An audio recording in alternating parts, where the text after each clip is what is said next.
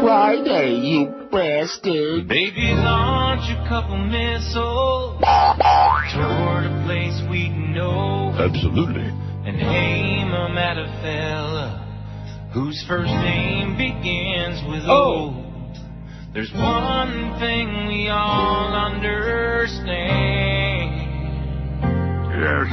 Al-Qaeda won't be finished until we blow up Pakistan. Right. We could chase them round forever with our tanks and all our troops, but special forces are so tired of jumping through them hoops. You know we need another plan,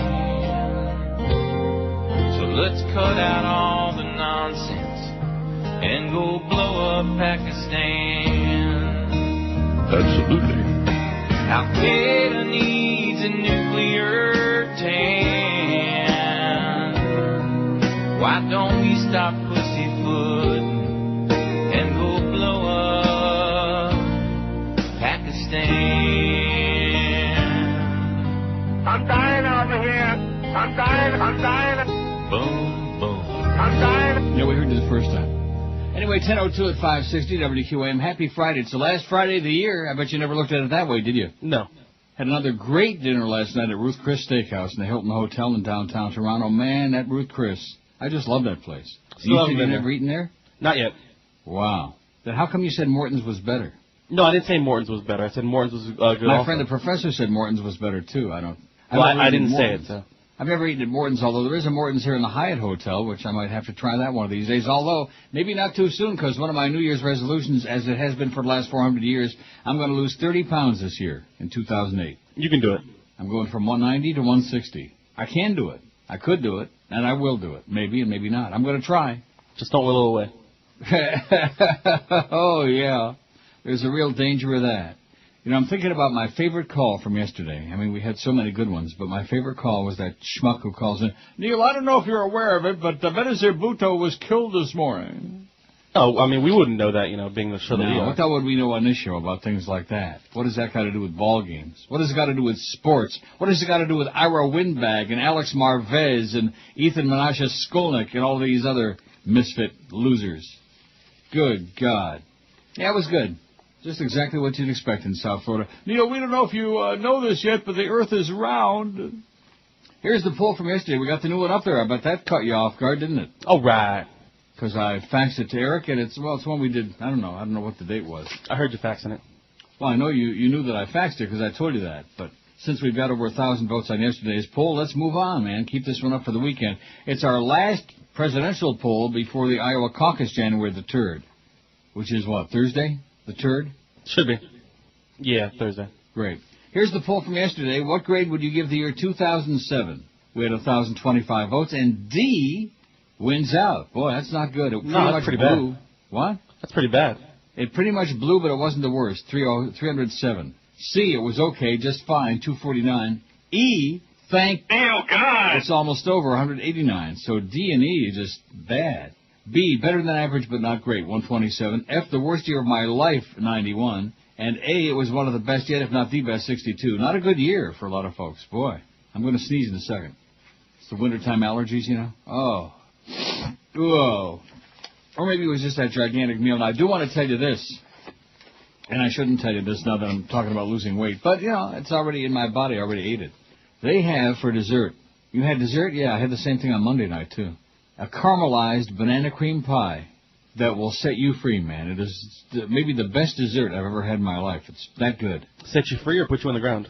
Both. Set you free first, then put you in the ground. Kind of like they did to a Benazir Bhutto. They set her free, and right now she's already in the ground. They don't waste any time over there, man. I guess they probably wanted to bury her before they stole the body and started running around with it, Mm-hmm. A lot of crazy people over there. Crazy place.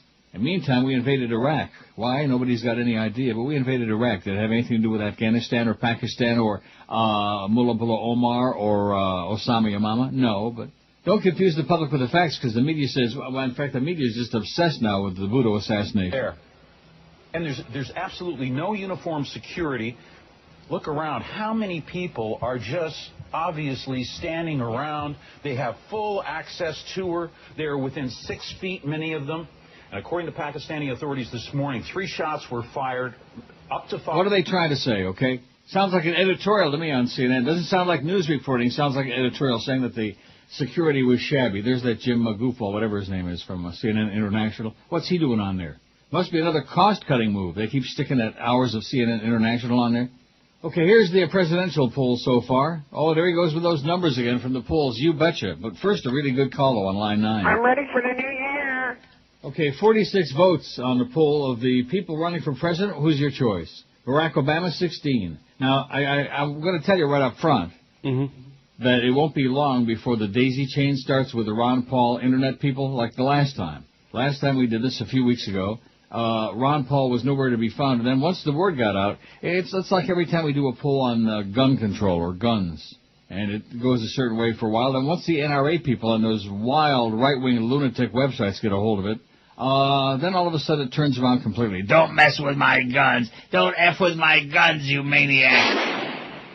Anyway, if the people running, but Ron Paul will, sooner or later they'll get wind of it because it'll be up there all weekend long. So you got to put an asterisk next to his name. You know what Ron Paul reminds me of? What's He that? is to the Republicans what Dennis Kucinich is to the Democrats. Almost everything he says makes a lot of sense, but you know what I mean? He hasn't got a Chinaman's chance in hell. Barack Obama 16, none of the above 6. John Edwards 6, a real it just changed again. Barack Obama 16, none of the above 7. John Edwards 7. Swillery's got 7. Dennis Kucinich 4. Ron Paul 3. Fred Thompson 2. Who doesn't like Hispanics, he doesn't like women, he probably don't like Jews, I'm sure of that. He don't like fags. Fred Thompson don't like anybody. He's just a bigoted old coot. That's coot with a T, by the way. John McCain 2. Rudy Giuliani 2. Joe Biden 2. I still love that line he had about Giuliani. He says every speech that Giuliani makes, there's a noun, a verb, and then 9/11. Oh, what a great line. Attaboy, Joe, whatever your name is. Mitt Romney won. Mike Gravel won. Mike Huckabee and Chris Dodd and Bill Richardson all have got out of the first 54 votes. The big O. Nothing. Zippity-doo-dah. So that's where we're at with that. Then we got Thursday, the Iowa caucus, and the idea that have you ever been to Iowa? No. I mean, Iowa's okay. I'm not saying that Iowa's real bad, but there's nobody lives there, number one. And number two, it's a Yahoo kind of a state. It's a farm state. It's a bunch of farmers. Kind of guys that sit around saying, hey, that corn sure is special, like that, like they do in Aintree, Georgia. Same kind of guys. Although those Midwestern people, because it's right across from Nebraska, from Omaha. And those Omaha people, that would shock you. That's right in the middle of the Bible Belt, but man, what a place that is. That's not a bad place, Omaha. I know that from my College World Series days. Teen charged in GPS-equipped Jesus theft. This is one of my favorite stories of the last week, from the Herald, no less. This time, Jesus was almost guaranteed to return, it says. Someone stole a baby Jesus doll Wednesday night from a nativity scene in front of the Wellington Community Center in Palm Beach County. But village leaders were wise. They knew about a similar theft from Bal Harbor earlier this month, so they equipped their figurine with a GPS tracking device. Oh, if only Jesus would have had a GPS tracking device, then we'd know the real story, or as Paul Harvey would say, the rest of the story. The device led sheriff's deputies to a nearby home where they recovered the stolen item Thursday morning. Once in the living room, I observed baby Jesus face down on top of miscellaneous items on the floor. Palm Beach County Sheriff's investigators wrote in an affidavit, baby Jesus was face down on a bunch of stuff, crap. A man in the home pointed his finger at a friend, Danielle K. Santino, who he said stole the doll and dumped it at his house. Santino, 18, of Lake Worth, confessed in a taped statement to detectives, was charged yesterday afternoon with grand theft between $300,000 and $5,000, according to the affidavit. Deputies returned the baby Jesus doll to the community center. Oh, thank God that the baby Jesus doll is back safely. Thank the Lord.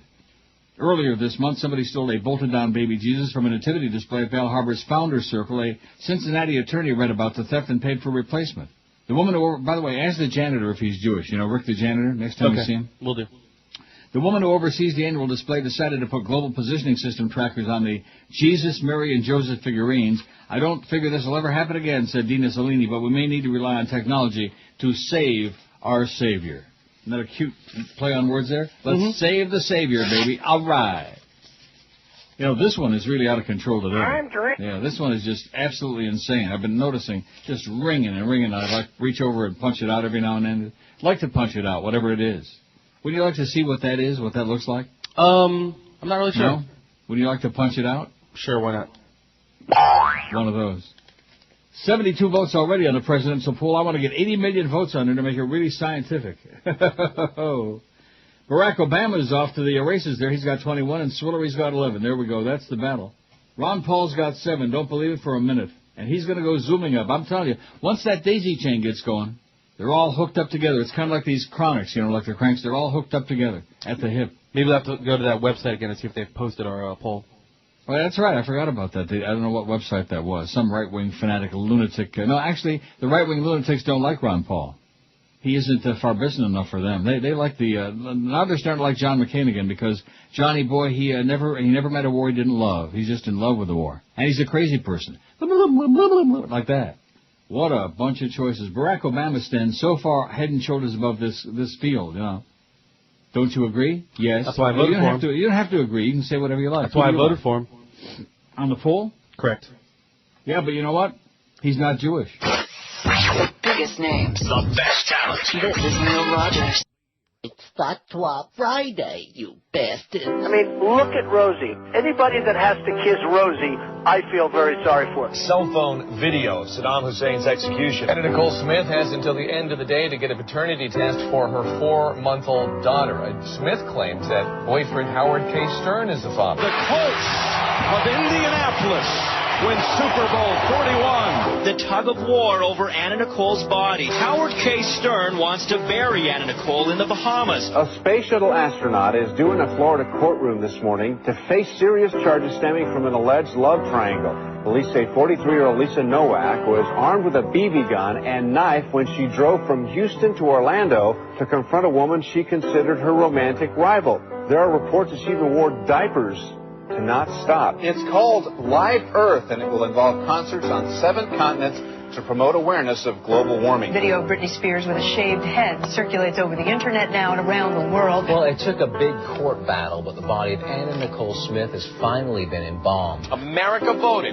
Sanjaya, you are going home tonight. Former Russian President Boris Yeltsin has died at the age of 76. Rosie O'Donnell delivered a bombshell on The View this morning, announcing she's leaving the show. Could Paris Hilton be going to jail? More legal trouble today for actor David Hasselhoff. Big, fat, lesbian, loud Rosie attacks innocent, pure Christian Elizabeth. Lindsay Lohan cracks up her car. Jailed life for Paris Hilton. The hotel heiress is spending her first full day in a county lockup. Paris Hilton has been sprung. Remanding Paris Hilton back into custody immediately. If President Bush had not acted, Vice President Cheney's former aide would have been reporting to prison in a matter of weeks. Al Gore's son has been released from a Santa Ana jail after reportedly posting a $20,000 bail. Actress Lindsay Lohan is now out of rehab and reportedly already spent the weekend partying in Las Vegas. Anti-war activist Cindy Sheehan and several hundred protesters are calling for the impeachment of President Bush. We had Lindsay Lohan booked on the show tonight, but apparently she was already booked. And have you heard about the Britney Spears photo shoot? Her behavior has been described now as a complete meltdown. Nicole Richie is pregnant.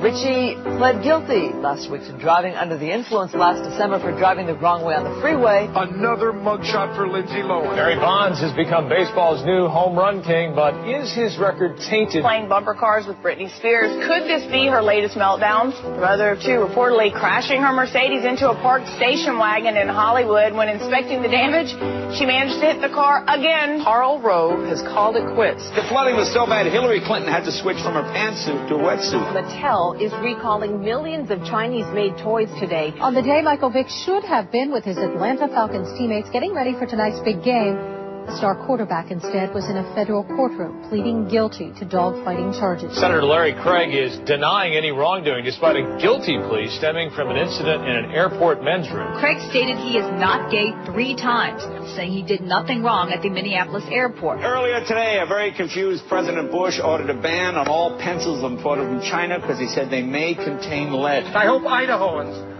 will allow me to continue serving gay people at the Minneapolis airport. Las Vegas police are calling O.J. Simpson a suspect. He says he was conducting, quote, a sting operation At a sink and stumbling around. Britney Spears' big comeback fall flat. Pamela Anderson has walked down the aisle once again. Guess you know by now Britney Spears has lost custody of her children. Yeah, I was going to say. I mean, who's going to tuck them in at night and lip sync a lullaby to them? Kid Rock is out of jail following his arrest after allegedly fighting outside a Waffle House restaurant in the Atlanta area. Harry Potter fans, this one's for you. It turns out the character Dumbledore is gay. Vice President Dick Cheney is going hunting again. I don't know if the Riders are going to strike or not. Pats and Colts, this is the latest in NFL history that unbeaten teams have met. House Democrats introduced a proposal yesterday to impeach Vice President Dick Cheney. Another hard scare for Vice President Dick Cheney. Controversial radio host Don Imus is back on the air. Former Vice President Al Gore and members of the UN Climate Change Panel are now officially Nobel laureates for their work on global warming. Pats beat Pittsburgh 34-13, 13-0 now. The NBC announced that Jay Leno and Conan O'Brien are returning to TV in January. Pamela Anderson, she filed for divorce on Friday.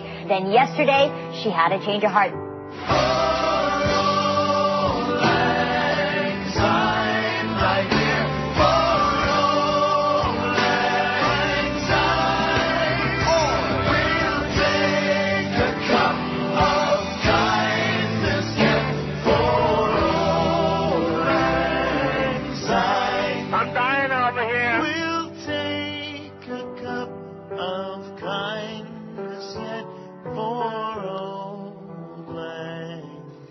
Or for young Lang Syne, how do you like that? 1021, old Lang Syne my ass. Oh, brother.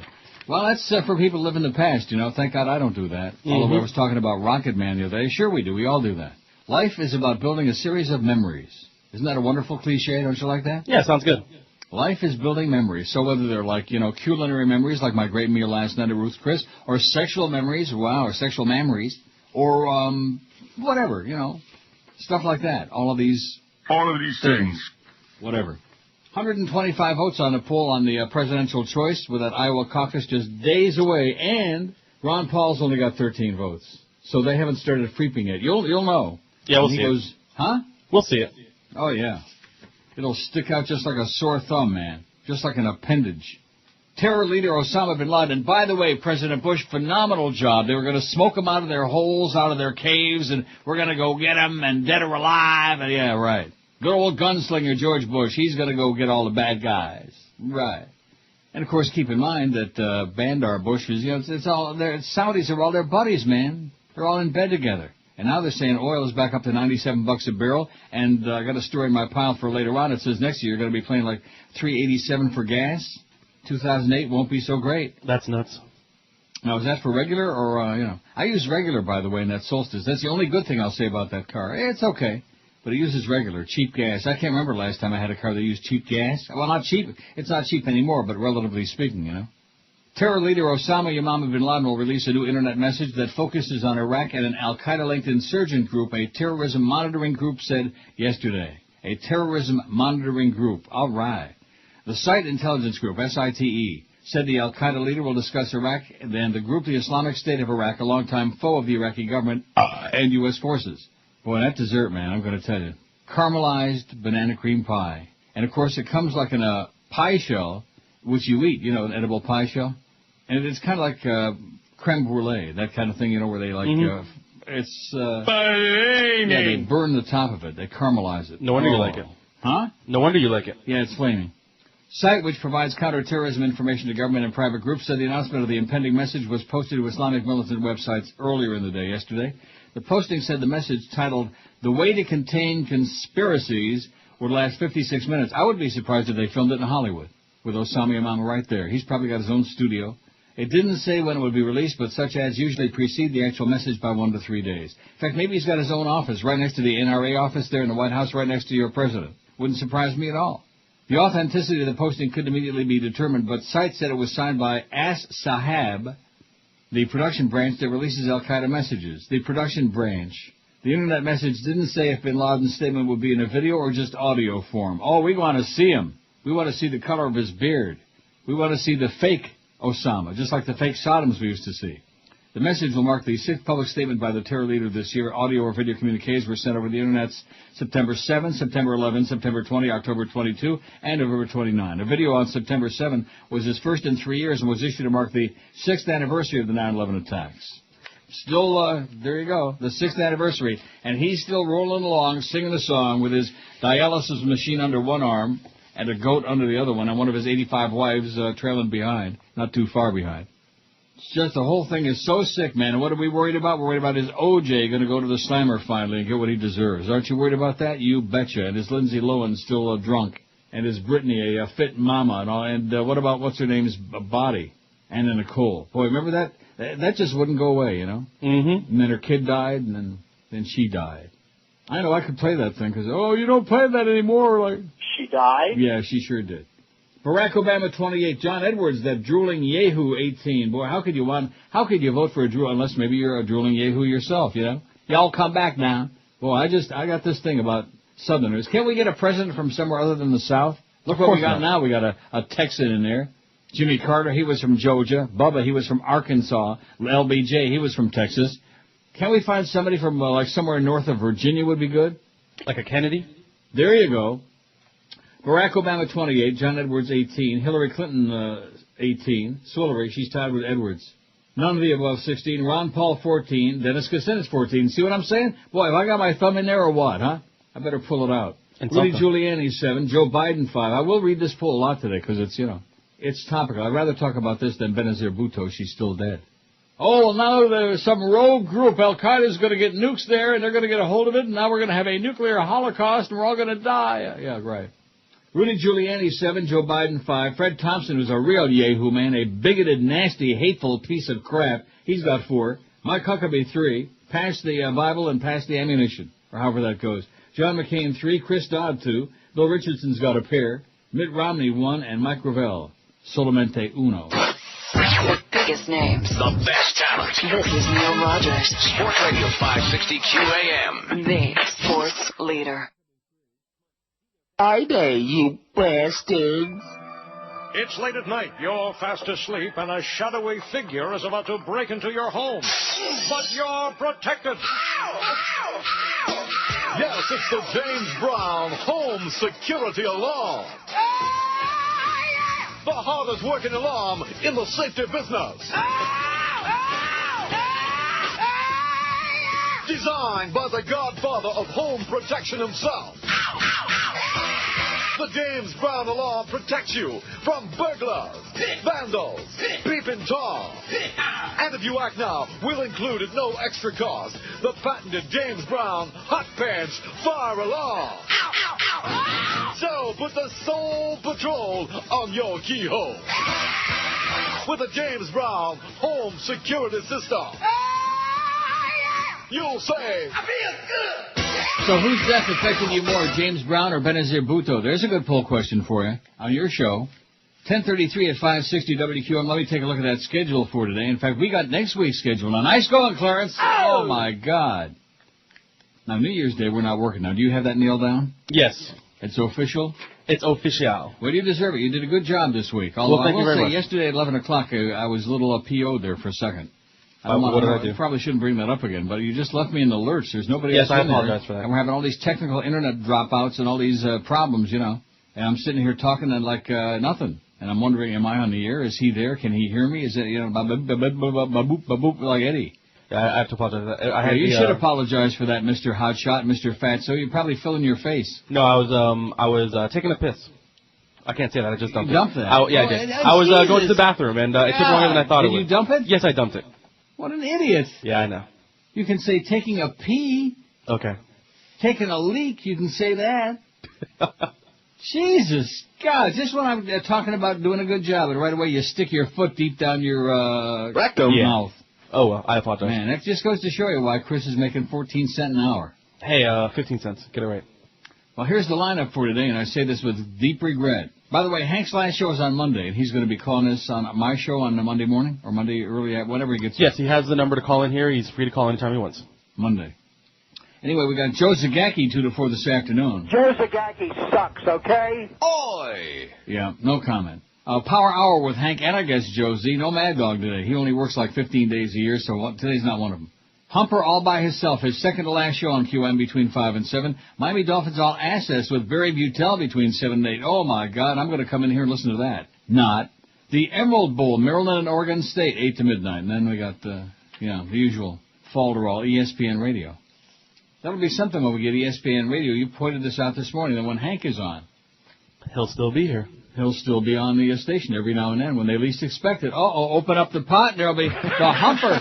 The humper's back on the air. That was funny. Oh, they won't be paying him, but, no comment. The less said, the better. Just keep it rolling along. The phone, by the way, is just dead as a doornail, except for this, Should I be active? Yeah, except for that. That's it.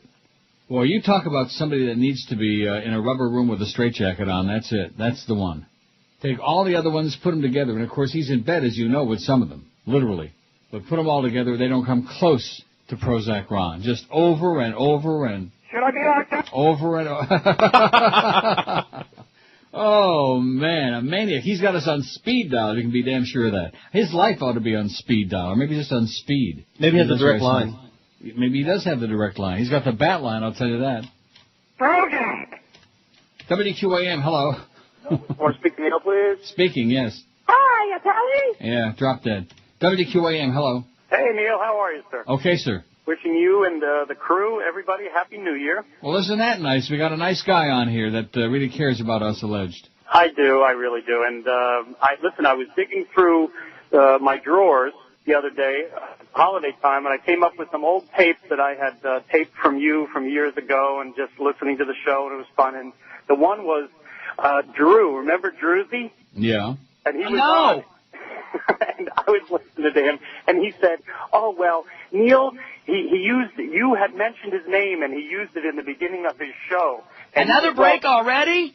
Another break. And he says, "Oh, Neil just hasn't. He loves my show. He hasn't gotten around to doing my intro yet, but he says he will."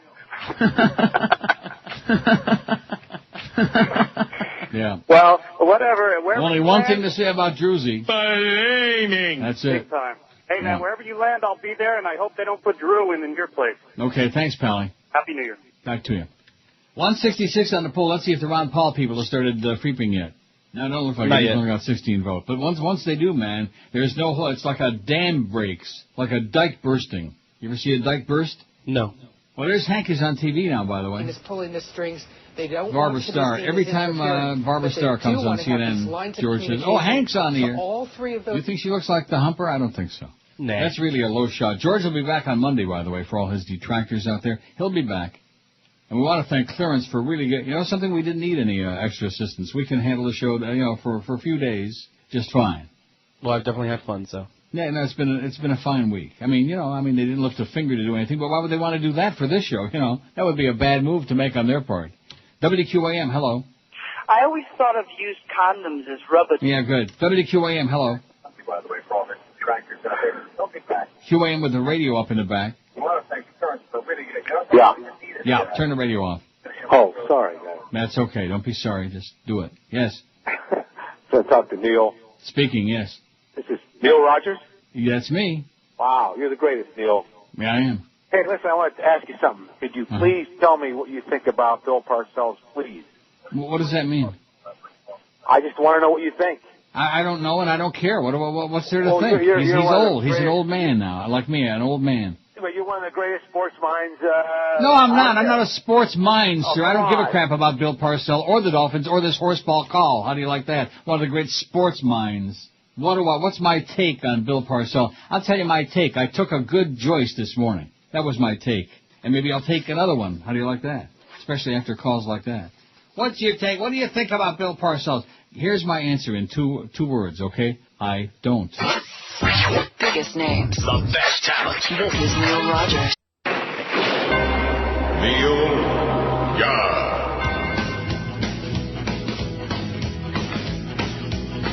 A bitch named Joyce said no fart noise. Took away our sound effects toys. Gave up having fart since then.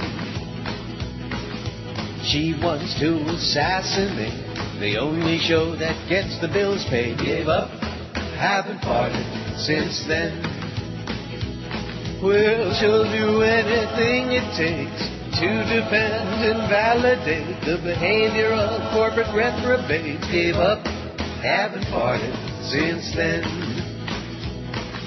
She'll go as far as suing herself to make our life a stinking hell. Gave up having farted since then. Don't do this and don't say that. Unless you're a hardcore sport, hold fast. Gave up, haven't bought it since then. Alright. Well, what floats in the toilet bowl is what she knows about radio. She wants to destroy our show. Gave up, haven't bought it since then. Gave up, haven't bought it since then. Well, that Geldy, he gets in everywhere, man. Shut the door. Geldy might stick his nose in there. In fact, wait till he does stick his nose in and then shut the door. So how's this poll coming on the presidential politics? Or as Chris Matthews says, politics? Well, he just leaves me limp. You know, do you like him, Chris Matthews? Don't really care for him, no. He's got a speech defect. And not only that, but he talks out of all three sides of his mouth and his ass. Cannot stand Chris Matthews, but every now and then I'll watch a little bit here and there, you know, just to see if he still has the speech defect. And he does, by the way. I really don't watch much of those talking heads shows. Just good I for can't you, get man. Good thinking. Oh, there's a tornado warning in Alabama somewhere till 11 a.m. Well, it's only 15 more minutes. Look at that. Heavy rains and damaging floods and isolated tornadoes. Alabama, that's because God is pissed off and fired up. So you can say that. You can't say what you said before, though, and had to dump yourself. That was bad. That was really that was weak. pretty good, though. What? How often do you get to dump yourself? I've done it. That's back in the day when I had a dump button at work, though. See, I can't do that anymore.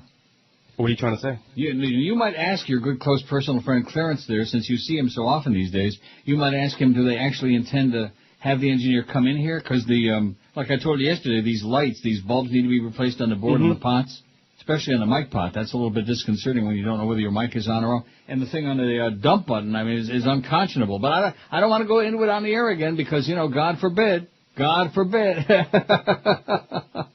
I have a feeling if I asked Clarence that, he'd be like, what are you talking about? Yeah, so, right. You know. Yeah, he don't know nothing about it. 210 votes on the poll of the people running for president. Who's your choice? Barack Obama, 43. Swillery, 27. Dennis Kucinich, 26. See what I mean about him? He isn't going to get 100 votes in a damn election, but in the meantime, on the Internet, he's like, oh, yeah, everybody loves little... And all the stuff he says makes sense, just like a lot of what Ron Paul says, but they got no chance. Even Michael Dukakis was, a better candidate than that, with that silly little helmet on. But Kucinich has a hot wife, though. Now that we have this assassination in Pakistan and everybody's on the edge of a breakdown, we need Michael Dukakis to come back in that tank with that silly helmet on again. That'll make us feel better. Then you'll feel safe.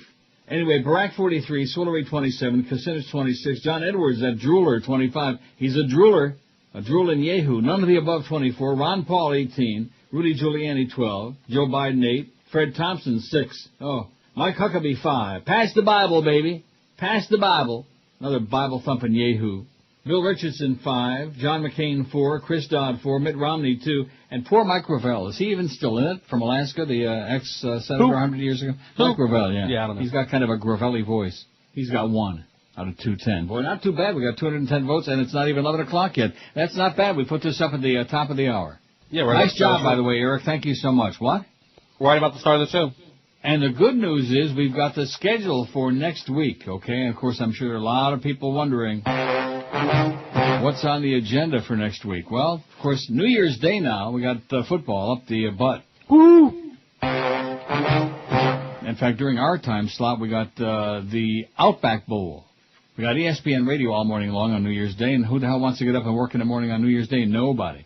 Wouldn't that be something if Hank was on New Year's Day in the morning? No, he great. He's not going to. No, he's not going to. Outback Bowl, Wisconsin, Tennessee on this time slot. Then 2 to 4:30, it's Greg Likens. Yes. Who's that? I told you, he's the board op for Joe Rose's show. He's the board op? Correct. And we're going to put him on from 2 to 4:30 in the afternoon when people might actually be awake? Well, he has done shows Day? before, so. What? He's done shows. Oh, okay. I didn't know that. Mm-hmm. Him and Zach usually do stuff. Of course, most people probably hung over it still at that point anyway, so it won't make any difference. Then we got the Rose Bowl and the Sugar Bowl and the Toilet Bowl, and we got bowls everywhere on. And then the real New Year's schedule starts Wednesday, January the 2nd, baby. That's when it gets real interesting. You got the Big O. Rock solid. That you were peddling us a song and dance was going to be doing 5 to 7 in the afternoon. That was George. You're right about the hours, 5 to 7, but it's going to be in the morning like he's been doing for a long time. That was George. One thing about the Big O, he is rock solid at those hours in the morning when most of us are asleep. 7 to 10, you got the Big Dog all by himself, which is great. That's what we needed in the first place, is Joe Rose. Now, if we can just get rid of a few of those spots, you know. Well, remember, it's going to be fewer live spots because it's only him now. I dumped the bitch right now. Anyway, he's going to be on solo starting Wednesday morning, 7 to 10. Then I'll still be here. Oh, there it is. My name is on the schedule. Well, that's good to know. Well, now what is that on Thursday? Neil Rogers, George at Gulfstream. Huh? Do you see that? No, I'd have to go look in the other room. George is going to be at Gulfstream on Thursday, and then it says Zach at Gulfstream, where it says producers. Am I looking at the right place or what? I don't know. Let me go look at it. Give me 1 second. Oh, no, no, wait a minute. Oh, I see. Big Dog at Gulfstream. Zach is going to be out there. Then it's got Neil Rogers show with George at Gulfstream, and then you producing. Well, what does that mean? That couldn't be another Clarence mistake, could it be? Can you see George being out at Gulfstream for what? To bet the horses. To say down the stretch they come? Come on, man. Oh, apparently we have a schedule update already on the New Year's Day. Yeah. Jesse Agler from 8 to 10:30 a.m. Oh, well, that's good. I like that. Before that first ball game, before the Outback Bowl. He's going to be out back? Uh-huh. Jesse Agler. Okay, that's good. He's good on the air. He actually belongs on the air. I mean, I'm not saying the other guy doesn't. Whoever that guy is. What's his name? Greg don't like us? Greg Likens. Anyway, Wednesday you got Neil Rogers show, and then the Jax show from 2 to 4. Wow. And then Mad Dog 4 to 7, moving back into that slot where the Humper used to be. And then you got your Dolphins All Access with John Linder and Hurricanes Warm-Up, and Hurricanes Basketball, UM and Penn, a girls' school. UM. That's the only team that's winning right now, so. Who's that, Penn? No, UM. Oh, UM? They're actually winning a couple of games. Nobody cares. 12-0. They built that new arena. Nobody cares. But if they win a whole bunch more games, then they'll start saying, "Oh, we love the Hurricanes. Their team's so good." You know, front-running town, man. Phony. Fiesta Bowl, ESPN Radio from 10 to midnight, joined in progress. Oh, that's because we got Canes basketball. Because Clarence has to play play-by-play guy. Or what is he? The color guy. Color guy. I'm sorry for Joe Z. So there you go. There's the schedule. Don't say I didn't tell you. And by the way, Benazir Bhutto was not shot. Oh, she wasn't? No, she died from shrapnel from the that blew himself up. See, this is like I told you yesterday. They're always jumping the gun, and so to speak, and they're always like shooting from the hip and the lip, and oh well, I think this and I think that, and we know al-Qaeda did it and the dog done it and yada yada yada. It was initially reported that she was killed by the bullets of an assassin who blew himself up after firing the shots, but government officials today said a medical report confirmed that she was killed by shrapnel from the blast, from which at least 28 more people died and at least 100 were wounded. The shrapnel hit the right side of her skull. The bomber did shoot at her with a pistol, but she had no bullet injury. An Interior Ministry spokesman also told the state-run Associated Press of Pakistan that terrorist group al-Qaeda had claimed responsibility for the assassination. I thought with all this $1 trillion that we spent, that we wasted in Iraq, that we wiped al-Qaeda out. Of course, what did they have to do with Iraq in the first place? Nothing. I'm sorry. However, that claim has not appeared on radical Islamist websites that regularly post such messages from al-Qaeda and other militant groups, so who knows? Maybe the dog did do it. I don't know. All saying they buried her today. In an October email, she said she would hold Musharraf responsible if she got offed. In an email sent to a confidant in the U.S. 2 months ago, assassinated Pakistani opposition leader Benazir Bhutto said she would hold the country's leader, pervert Musharraf, responsible because his government didn't do enough to provide for her security. And like you saw there on those pictures they were shown before, was that on the air or before the show? That was on the air, right? Yes. Okay. Was on the air, and they were wailing about the fact that there was no real security, that all these idiots had access to her. She's standing up there in the middle of that Bhutto-mobile, and there's all these idiots standing around. And bada boom, all of a sudden, yeah. So which one do you like better, the Pope-mobile or Bhutto-mobile? Oh, the Pope-mobile, man. I remember the Pope-mobile was schlepping the old Pope around, and all of a sudden, bada boom. Remember that? Mm-hmm. I guess it wasn't as bulletproof as they thought. It would be just like Superman getting shot by a bullet, and all of a sudden he starts bleeding. That would not be good. But the Pope is infallible, but not when it comes to matters of health, only in terms of matters of hatred and Stone Age bullcrap. That's what the Pope, and of course the new Pope has got much better little red shoes than the outgoing silly-ass fat Pope, the new Nazi Pope. He's got lovely little red shoes. He looks really, really like a fashion plate. Not as much as me, but almost. 2:39 on there. The Ron Paul thing hasn't started yet, but it will. Oh, there's a poll on NeilRogers.com. All you Ron Paul people, let's freep it. Yeah, freep the Jeepers Creepers. Where the hell are the freepers? It's just a matter of time. They're not awake yet. WQAM, hello. He's back. WQAM, hello. It's time to play the Name the Bird contest. Are you ready to participate? And finally, last one. Bojak, Bojak, Bojak. Only 3. Solamente tres. We'll take your calls today when they come in. As they come, that's what I'm going to do. We'll take them screenless as they come in today. In fact, maybe we'll do that the whole next year. Okay. Okay, what? You just let me know what you want to do. Screen them? Is that... Screen them up if you want. Yeah, I heard what you said before that you had to dump yourself. That was bad. Huh? Really pissed me off. What'd you say? WQAM, hello. Hey, Neil, how you doing? Okay, sir. Hey, I got some bad news for you, buddy. Yeah? Guess who's back in town? The quarter slot Yeah, the 25-cent slot guy. Yeah, he's coming back. Yeah, okay, great. See, am I sharp as a tack or what, huh? Do I know? Uh-huh. Here's another one, like I said a couple of weeks ago.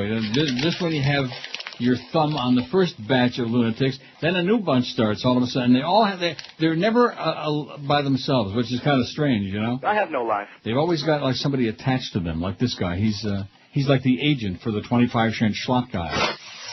Biggest names. The best talent. This is Neil Rogers. Sports Radio 560 QAM. The sports leader. This is the Neil Rogers Show. This is your brain. Any questions? And now, another holiday travel tip from Senator Edward Kennedy. Here a travel tip here number 4. Remember to steer into a skid. I'll say it again. Remember to steer into a skid. I made the mistake of steering away from a skid years back and wound up killing my passenger, and there wasn't even snow. What happened was a unicorn jumped in front of my car, and I swerved away. Big mistake. Being pretty short, my reflexes weren't what they should have been. Of course, on the upside, unicorns are on the endangered species list, and had I hit it, I was probably looking at some fairly significant jail time, or at the very least, a hearing in front of the Senate Oversight Committee. Remember, after a drink or two, unicorns can appear sexually inviting. But please, refrain from hopping on board. Much like the praying mantis, after they make love to you, they will kill you and eat you. Which will definitely put a damper on your holiday drinking. The preceding has been another holiday travel tip from Senator Edward Kennedy. See, even the animals, man, are a bunch of religious sketchies. The praying mantis. I wonder who they pray to. I know who they pray to. Oh, God! 11:01 at 560 WQAM. Happy Friday to you. I got the lowdown on Thursday. I beg your pardon? Oh, great. Dump that. You got the lowdown on Thursday? Got the lowdown on Thursday. It's opening day of Gulfstream or wherever it is. Mm-hmm. And lead promotions director asked George about it ahead of time, and George said fine. So he will be out there. You'll be in Toronto, and I'll be here. Wow. Like a three-way. Uh-huh. Holy moly. Now, you did dump that thing. Yes. This is the guy that's got all kinds of stuff queued up. Like the old Best of Neil CDs. He was calling yesterday. He's got all the material queued up, and it sounds like he's got his own studio going.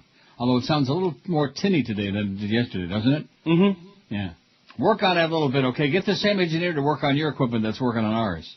Democrats are locked in a tight struggle in the initial Iowa-New Hampshire presidential contest as voters weigh Barack Obama's personal qualities against Hillary Clinton's professional qualifications, a Bloomberg LA Times survey of the two states shows. Former North Carolina Senator John Edwards is competitive with the Democratic frontrunners, yada yada, in Iowa, although he's behind in New Hampshire, which holds its primary January the 8th. The party's other candidates barely register in both states. Barely register. Clinton has a small lead among Iowa Democratic voters, 29%, Obama 26%, Edwards 25%. In New Hampshire, these are the latest polls, Obama 32%, Clinton 30%, and Edwards 18%. In both states, the frontrunners' leads are within the polls' margin of sampling error, plus or minus 4, más o menos. Democratic voters are having a conversation with themselves on what they want more in this election, said Susan Pincus, the LA Times polling director, who sounds very Jewish to me. If they choose Obama, it's about personal characteristics, whereas for Clinton, it's her leadership on issues. The poll, conducted December 20th to 23rd and December 26th, provides a picture of how Iowa and New Hampshire voters perceive the candidate's strengths and weaknesses.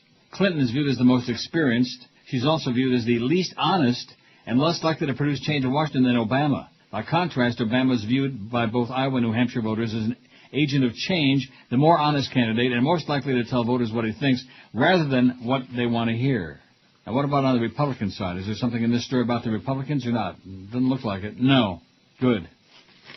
Hubman and Dreard. Don't say that. That's bad. They don't like your kind, Neil. Yeah, right. They don't like anybody. They only like their kind. And, of course, the problem is that, Giuliani, he has got a Chinaman's chance in hell because the religious Getskis, that wing of the Republican Party, they don't want nothing to do with a guy that's been divorced and remarried 700 times. and a well-known philanderer. 254 votes on the poll. That's not too shabby, man, in just about an hour. Aren't you proud as hell? I'm proud as a peacock. No, you're not. So what's the deal on Thursday? George is going to be at Gulfstream. Did he actually tell me anything about this, or did I just forget? I don't remember hearing anything about it, sir. I don't remember hearing a damn thing about it. But I have a feeling he's probably scraping a few extra bucks out of it. Yeah, More power to you, George. He needs it. He can use it. And Lee's trying to work on something on the last Friday of every month, where during the show George is at a bar or something like that. Oh, yeah, I think he told me about that, but not Gulfstream. No, now that Hank is leaving and Eddie K is long gone, are we going to start getting horse racing intensive? Is asking, but she is not giving tonight. In at the rail from in fifth, now into fourth is Guard the Bank, sixth on the outside. There's the sixth race from Woodbine last night. WQAM, shooting through at the inside there from in seventh now. It looks like Luke Ouellette with the 25-1 shot is on the lead, but he'll puke in the stretch. Side ninth, just another spur. They're at three-quarters. Trevor Ritchie on the outside. Come on, Trevor. Off the turn and into the stretch. Cheers to Chip, the one to chase down. A Lady Gambler on the outside, upset-minded in her own right. She is 18-1. And here on the outside is Lady Gambler, but Cheers to Chip finds a bit more. Cheers to Chip on the inside. Lady Gambler on the outside, she just can't get past. Cheers to Chip. Lady Gambler. Waples finds a late seam for Let's Just Talk About Me. It was too late, though, as Too late, Randy. Randy. Sorry. Up with Better luck Cheers to next Chip. time. 25-1, Luke Ouellette. Canadian, eh? Well, it's a Woodbine. What do you expect? A lot of Canadians there. It's like going to France and say a lot of French people there. It's like going to a Hallandale and say, oh, a lot of frogs here. So sorry, eh? Look at that, $53 and the triple pay, $3,725. We better get horse racing intensive. Sounds good. Well, that sounds like the direction where we're going now, huh? To Okay. the track. WQAM Track Talk. I'm dying of. Yeah, there's the guy with his equipment again. I can play it here if you like. I'm dying over here. And it sounds much better on this end. A lot better. That's my opinion. Yeah, I mean, our equipment is a little better than his. Although we could use some engineering help, especially when these light bulbs start going out. Because if I happen to say something and the mic is open and I don't know that it's open and it gets on the air, it's like you're going to be responsible because you're the only one with a workable dump button. You do know that, don't you? Uh-huh. Pretty sad situation is what I would say, but you know what? Life goes on. Keep the checks coming, boys. That's all I want to tell you. I'm here every day. I was here a little bit later than usual this morning, though. I bet you were, like, freaking out a little bit. It was all good. I heard the TV return, so I knew you were See, that's what I do. If you hear the TV return from City Pulse, that means I'm alive and I'm awake, and I came in here and I potted it up for you, and just so you know I'm alive. Because I slept till 8:30 this morning, which I never do that. I think it was probably that caramelized banana cream pie from Ruth Chris. Put you in a coma? My blood sugar isn't really all that bad, as it should be. I should be paying a wicked price for that today, but I didn't, thank the Lord. Now I can start. Today's the day. Everybody always says, oh, I'll start tomorrow. Well, I'm starting right now. My 33-pound loss. I'm going to get to 160. Isn't that embarrassing? I'm 193 this morning? That's terrible. But, of course, that's after a humongous meal like that, you know? Mm-hmm. You know how that is. And then after you pee a lot, or whatever it was you said before, then that water loss, brings your weight down a little bit. Just go walk around the block a couple times. You'll be okay. Well, what does that mean? Like now? Okay, see ya. Go walk around the block. Do you know what the temperature is?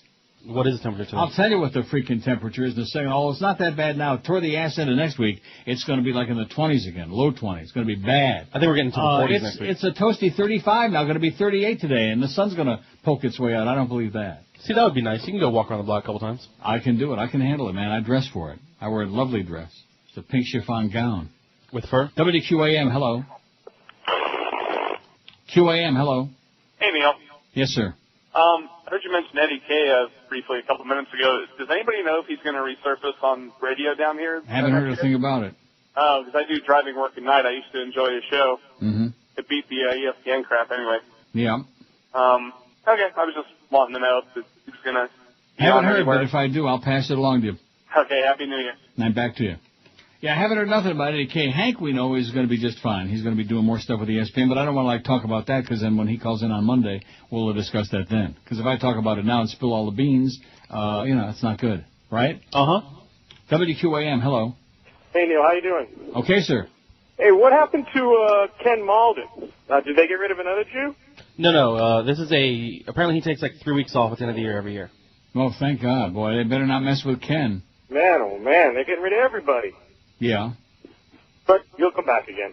Do you know what I just said? What Chris just said? He's off 3 weeks for the end of the year. He'll be back. Okay, he'll be reincarnated. Ken Muldoon. He'll come back. I hope he's okay. How's Ken doing? He's doing as he's been doing for the last couple of years, I guess, Poor Ken, man. There's a guy, this business has really beaten him up. But he's a great guy. And he still shows up every day. And he shows up every day and does a fine job. He's got a great voice, and he's a real radio person and a real mensch.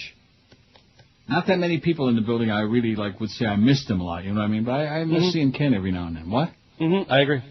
Well, he likes me, I know that. There aren't too many people that do, but he's one of them. You can have some great conversations with Kenny off the air. Yeah. He just throws out stuff that's you would never expect. Especially stuff that you wouldn't know anything about, like Boston radio when he worked in Boston 100 years ago. And I've heard him discuss that type of stuff with Hank before. Or even just talk about Miami radio when he worked at GBS 80 million years ago with Arnie Warren and all that crowd of losers. Wow. Arnie Warren, Arnie and Amos, baby. Now we're talking some really bad radio. WQAM, hello. Not there. Lynn Russell told me Arnie Warren was the most professional man on the air in Miami. That was 100 years ago when I was working at KAT. Lynn Russell, who's in Canada now, on CBC or some bogus out. Wouldn't it surprise me if I turned on CBC right now? She might be there. Wouldn't that be something? That would be something. Oh, there's Hank again on CNN. No, that's Barbara Starr. I'm sorry. Breaking news. Bhutto and how she died.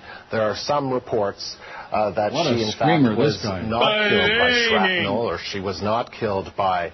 Well, you know something? The bottom line is it doesn't really make any difference because no matter how you cut it, she's still dead. That's correct. She's still dead. Whether she was killed by bullets, by shrapnel, by stale halava, whatever they threw at her, man, she's dead. That's a bad way to go, by the way. Somebody throws stale halava at you, man. Especially if they put it in the freezer for years. WQAM, hello. And then they take it out and it starts getting rancid. It starts turning. WQAM, hello. I'm on this line.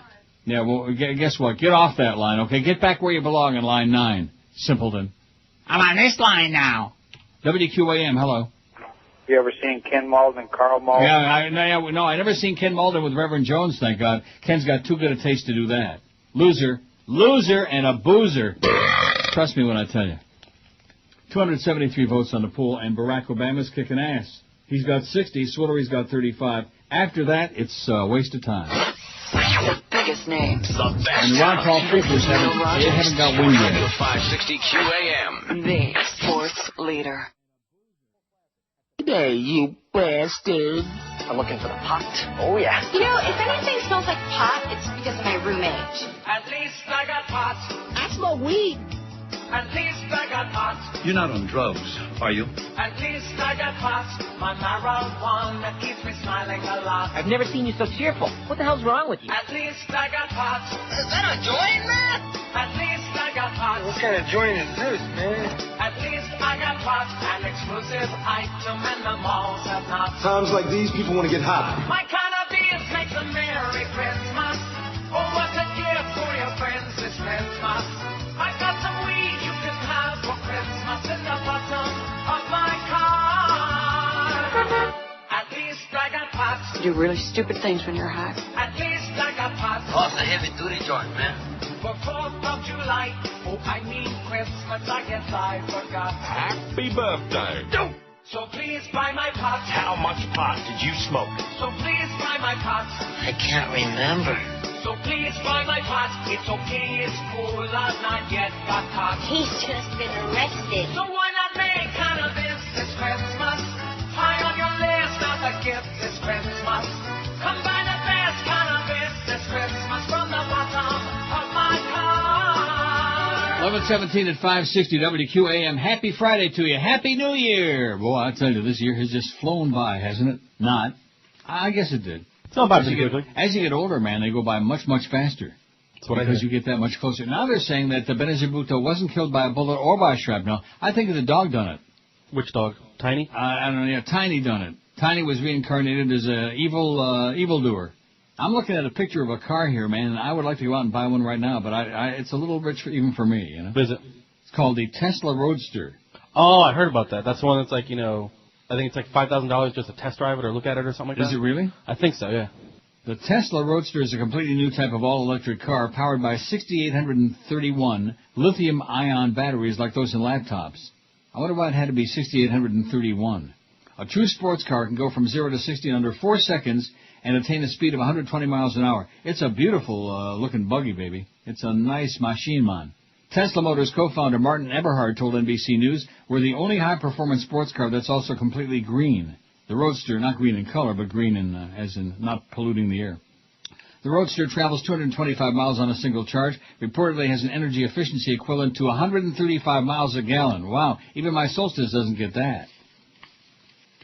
I would say that the mileage on my Vet is just as good as on the Solstice. That's not really a great deal, is it? No. Not really. For a 4-cylinder pig? With a base price of $98,000, however, so far the only buyers are well-heeled celebrities like George Clooney, Arnold Schwarzenegger, and the founders of Google. Even they're having to wait until remaining bugs are ironed out, with delivery of the car now being promised for early in 2008. Co-founder Eberhard himself was recently ousted from the company after having stepped down some months ago as CEO, according to Chairman Elon Musk. Tesla has operational problems that need to be solved, and if the board thought there was any way that Martin could be part of the solution, he'd still be an employee of the company. In other words, he's a loser. Eberhard himself complained, I've also signed a non-disparagement agreement with Tesla, so I must by contract be a bit careful about how I word things. But I'm also not going to lie about it. I'm not at all happy with the way I was treated. I don't think this was the best way to handle a transition. Not the best for Tesla Motors, not the best for Tesla's customers, to whom I feel a strong sense of responsibility, and not for Tesla's investors. Attempts to found new car companies from scratch have generally not fared well. It's doable, one automotive expert told NBC. It's not easy, but it's doable. And there's another picture of it here, and the top comes off. It's a beauty. Yeah, it does look pretty nice. Did you see it? Did you look at the picture? Yep. I'm on the website right now. All right. How can you get your name on the list? Simply follow the instructions below and send us a $5,000 wait list payment. Oh, yeah. Well, I sure hope somebody I know doesn't see this picture. He'll want one of those for New Year's. $125 for floor mats. What is it?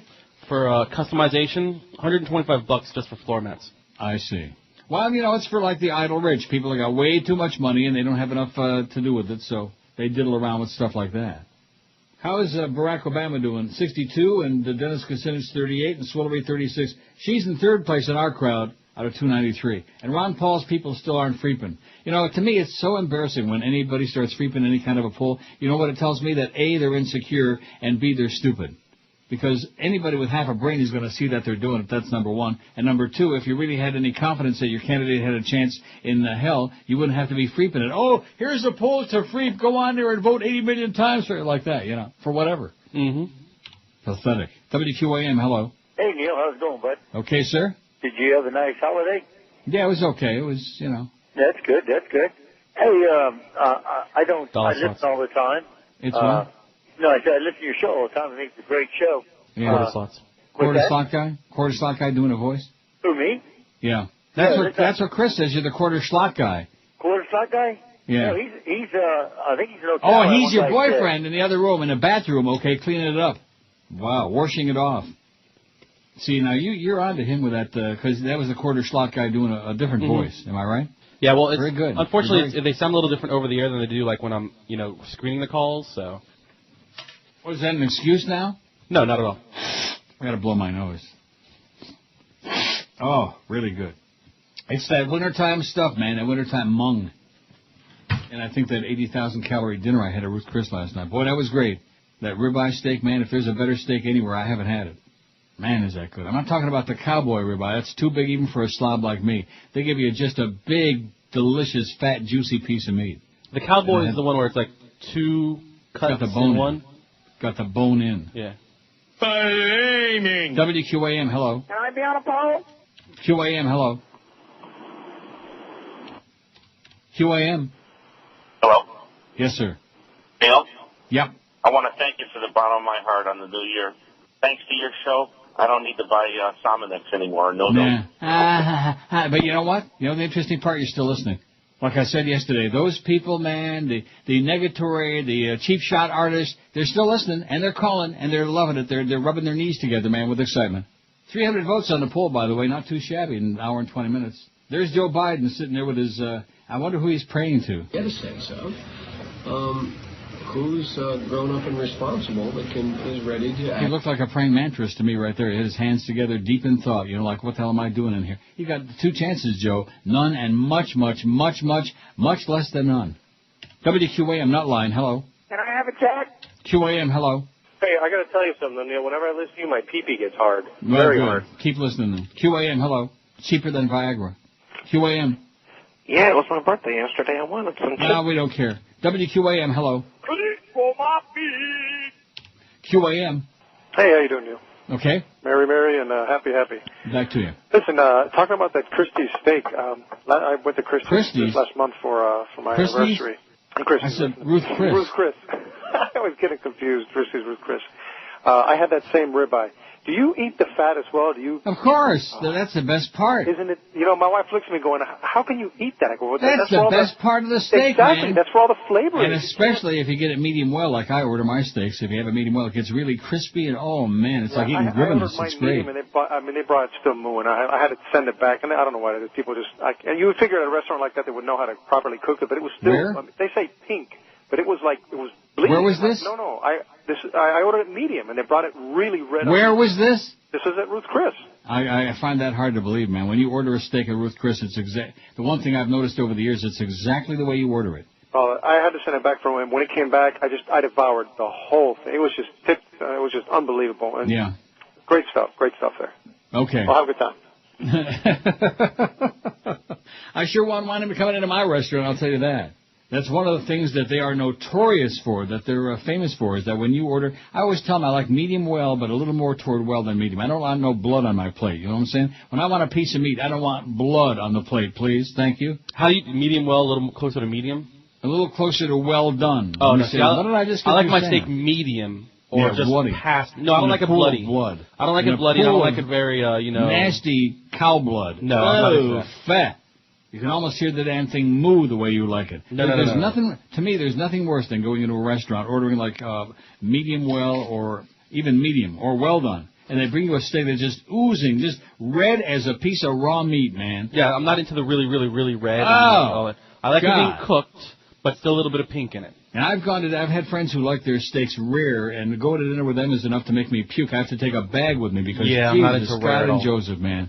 Just a plate swing, or like people get prime rib rare. Have you ever seen prime rib rare? Mm-hmm.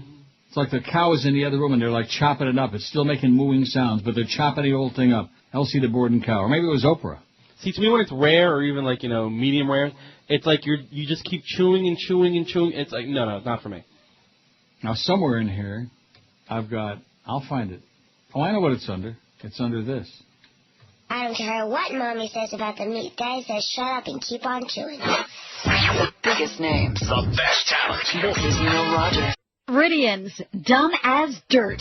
560, You Gotta Be Effing Kidding Me Radio presents another channel-changing management pleaser, O.J. and Danny. Yo, this be O.J. McDuffie. And I'm Danny Cannell. What a game yesterday, huh? Yeah, what a game.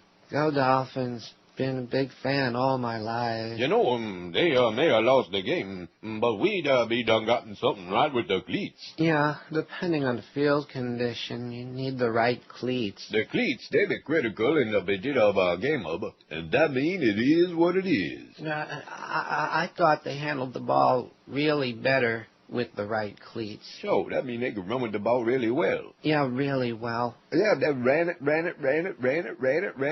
ball really well. Yeah, they ran it really well. We may be about something, but I do believe they really played well. Yeah, they played really well. Well, when they got the 1-inch cleats instead of the 3/4-inch cleats, it really better. But they couldn't go up with the 1/4-inch cleats, You gotta have the right cleats. Yeah, you got something to say?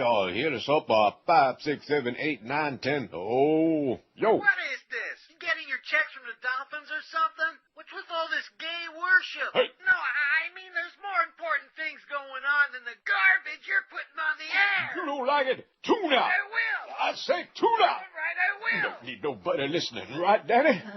That what management say. Right. Now, like I was saying about the cleats. Yeah, the cleats.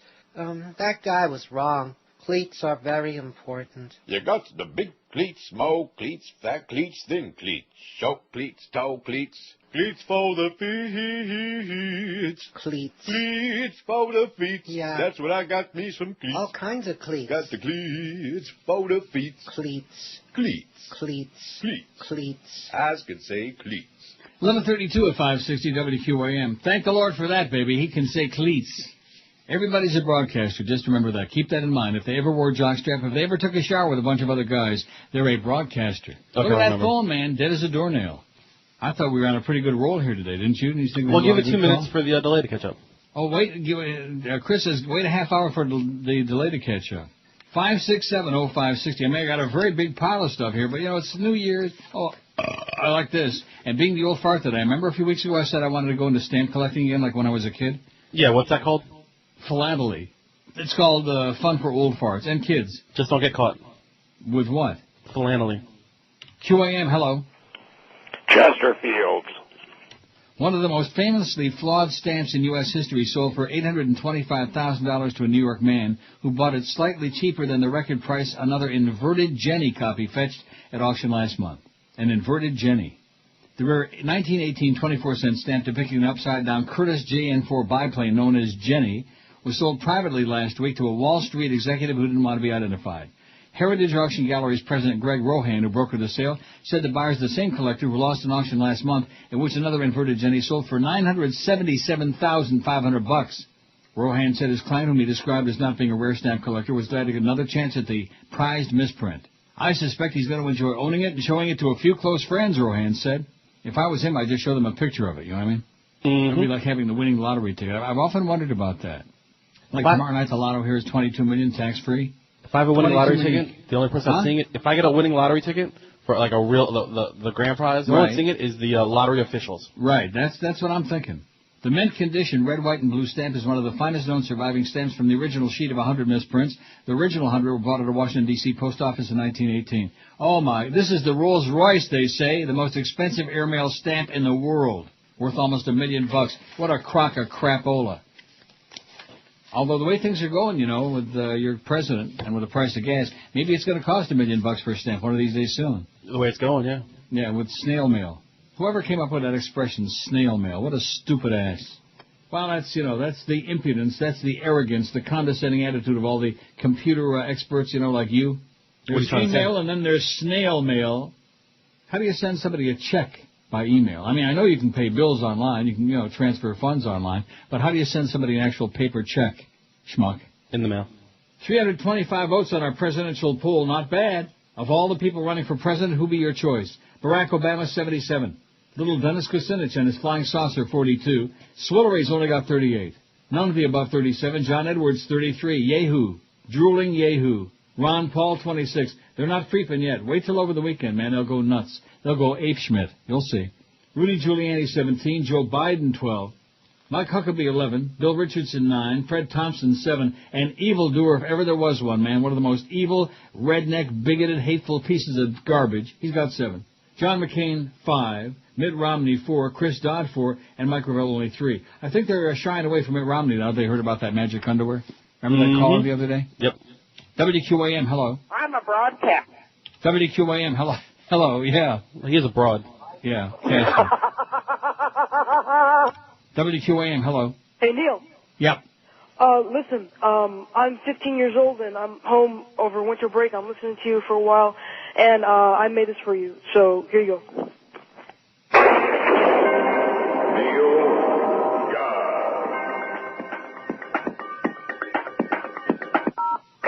Oh, Neil. I'm dying over here. Oh, right. John Schuler, oh! Why don't you go back to Canada, you Jew bastard? That is great radio. Oh!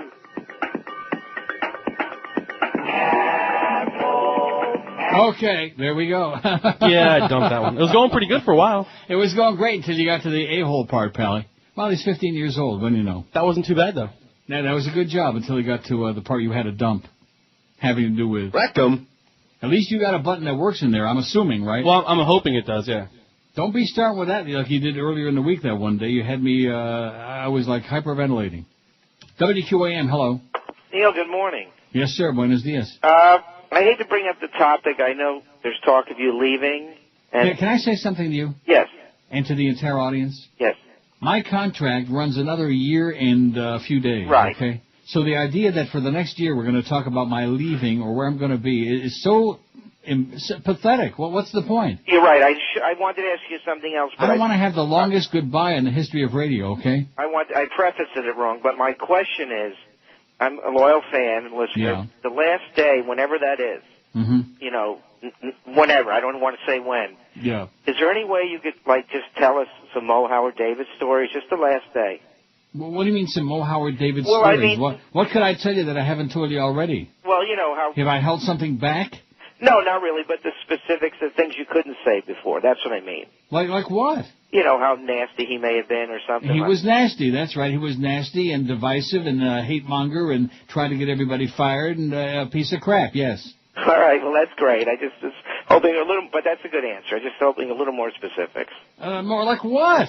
You know, maybe back... We've been giving you a running commentary for however many years this has been going on, however many years he darkened our door. I don't know what more I could say about the other than this. Have a great New Year, sir, and a great life, because obviously... I have no life. 338 votes on your poll. What's our goal today, 500? Sounds good to me. That would please the hell out of me, I'll tell you right now. 338, and the good news is Ron Paul's crowd, they still aren't freeping yet. They will. The biggest names. The best talent. This is Neil Rogers. Sports Radio 560 QAM. The sports leader. It's Friday, you bastards.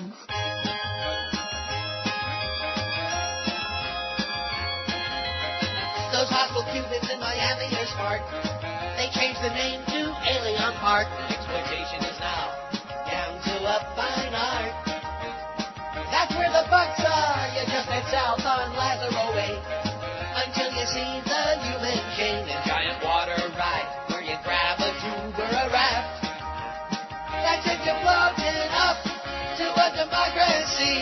Down, back south to Cuba. Down, underwater to drown and back around to a corrupt little town. It's the biggest park you've ever seen.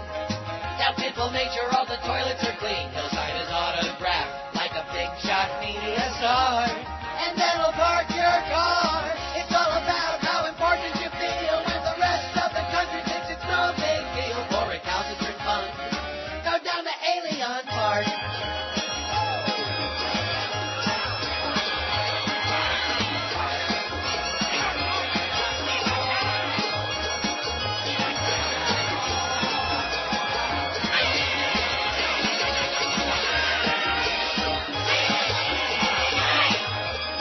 There's Iron beer from the Roast Coast band, and rockin' music by Los Van Damme. The politicians grandstand, making their demands under a commie flag. At least they're honest when they proudly claim that Cubans made Miami what it is today. A smarmy toilet that sucks.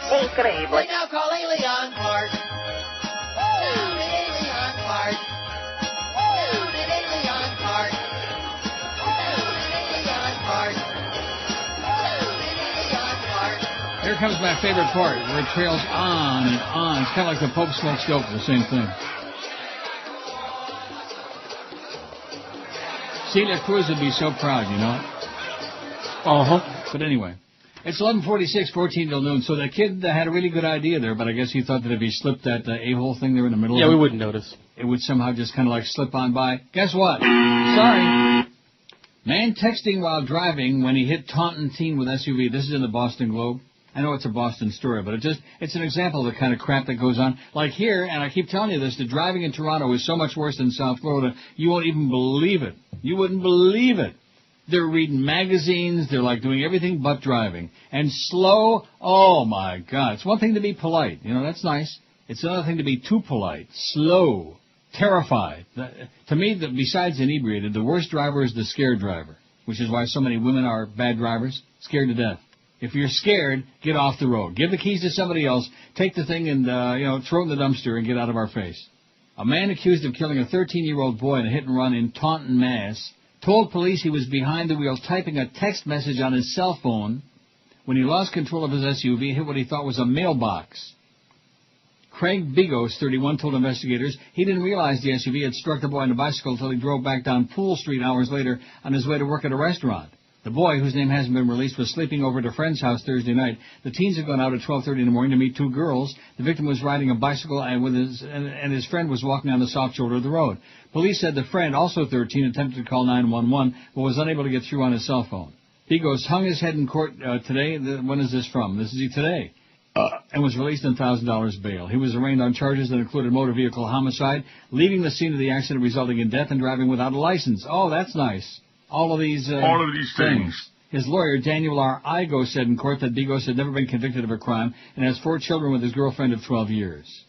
He was driving from his mother's in New Bedford to the home he shares with his girlfriend on William Street. 8 of his relatives came to court today. Police said the 1995 Florida Explorer Bigos was driving was found parked at his home. He turned himself in yesterday afternoon. Driving without a license, leaving the scene of an accident resulting in death, and diddling a message on his cell phone while he was supposed to be driving. Very nice.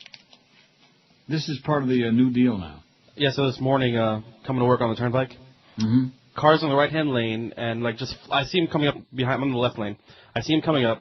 All of a sudden, the gap closes, so he couldn't cut in front of me. So instead, he goes to the right and passes about 6 cars on the right shoulder.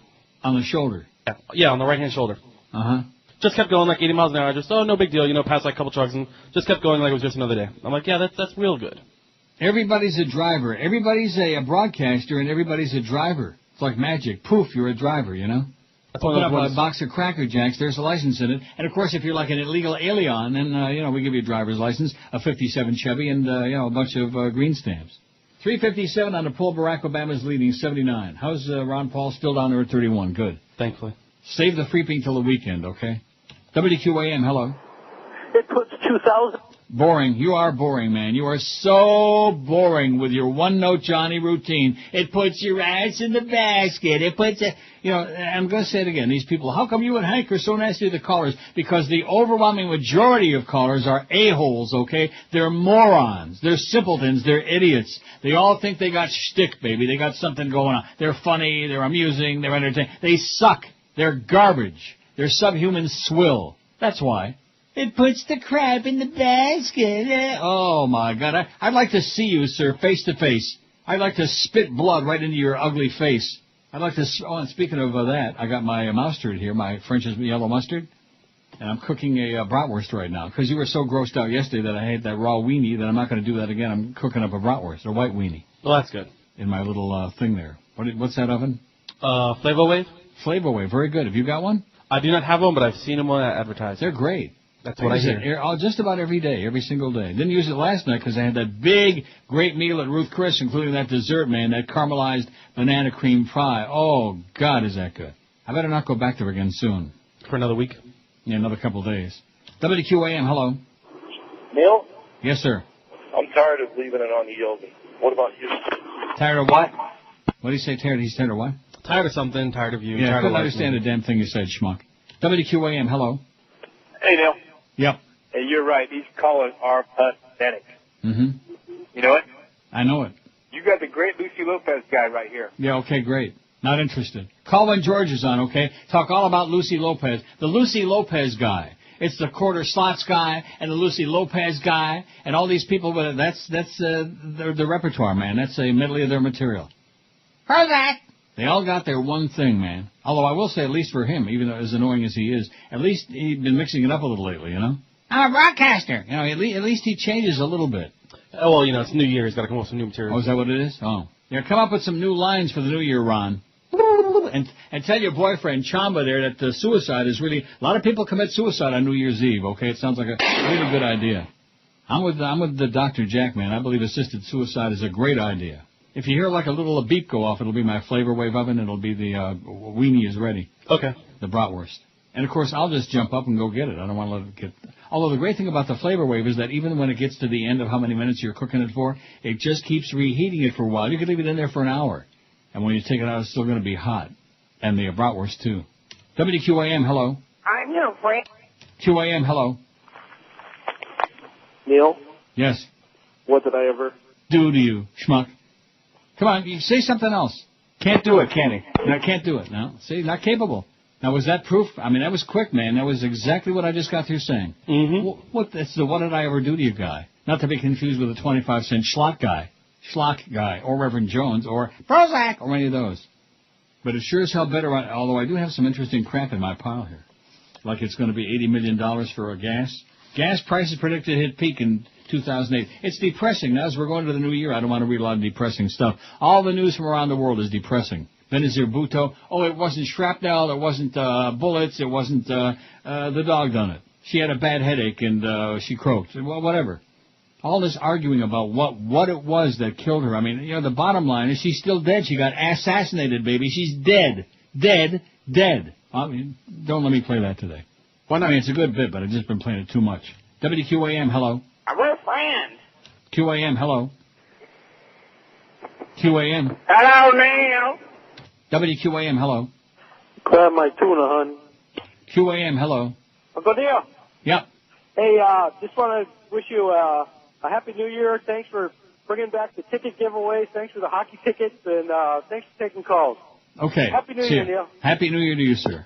Thanks for taking these great calls, man. Hey, listen, that's what they want. They want a lot of calls on the air. I don't mean they, meaning the management here. They don't give a crap. They want me out of here, baby. I'm not going anywhere. Well, maybe I will, maybe I won't. We'll see. Who knows? I don't know. Time will tell. Well, it's sure a long... Oh, I put it in there for 12 minutes, the bratwurst, because when you're cooking pork like that, all of it, those are pre-cooked, all those brats, you know. We don't want to be getting no tricky noses, because then people might think that we're Jewish. So let me ask you, Chris, are you Jewish? No. How about Allison? Is she Jewish? I don't know. Don't you find that an unusual question to ask somebody at a workplace? I mean, are you Jewish? Don't you find that a little bit strange? Mm-hmm. Like if you saw somebody in the elevator, like what's his name? Carlos. Freaky Carlos out there. Next time you come into the elevator, if he's sitting out there, hey, Carlos, are you Jewish? Are you really... gay? Oh, yeah. Has he eloped with Susan Lucci yet? Whatever her name is? Coochie, Susan Lucci? I don't know. He's been on vacation for like a week or two, so. Oh, but he's probably going to visit Tammy Faye Baker in her crypt. Obsessed with Tammy Faye, which rhymes with... gay. I don't know what that's all about. What was it with her and fags that got them so infatuated with that? Maybe it was all that mascara. Yeah, that might have been. Biggest names. The best talent. This is Neil Rogers. Sports Radio 560 QAM. The sports leader. This is Brady Quinn. Whenever I shave my balls, I listen to the Neil Rogers 12 to 1 hour. I mean, look at Rosie. Anybody that has to kiss Rosie, I feel very sorry for. Cell phone video of Saddam Hussein's execution. Senator Nicole Smith has until the end of the day to get a paternity test for her 4-month-old daughter.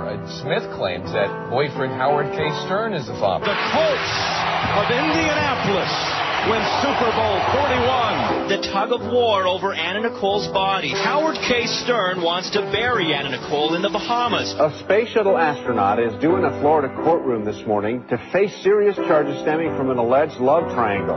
Police say 43-year-old Lisa Nowak was armed with a BB gun and knife when she drove from Houston to Orlando to confront a woman she considered her romantic rival. There are reports that she even wore diapers to not stop. It's called Live Earth, and it will involve concerts on 7 continents to promote awareness of global warming. Video of Britney Spears with a shaved head circulates over the internet now and around the world. Well, it took a big court battle, but the body of Anna Nicole Smith has finally been embalmed. America voted.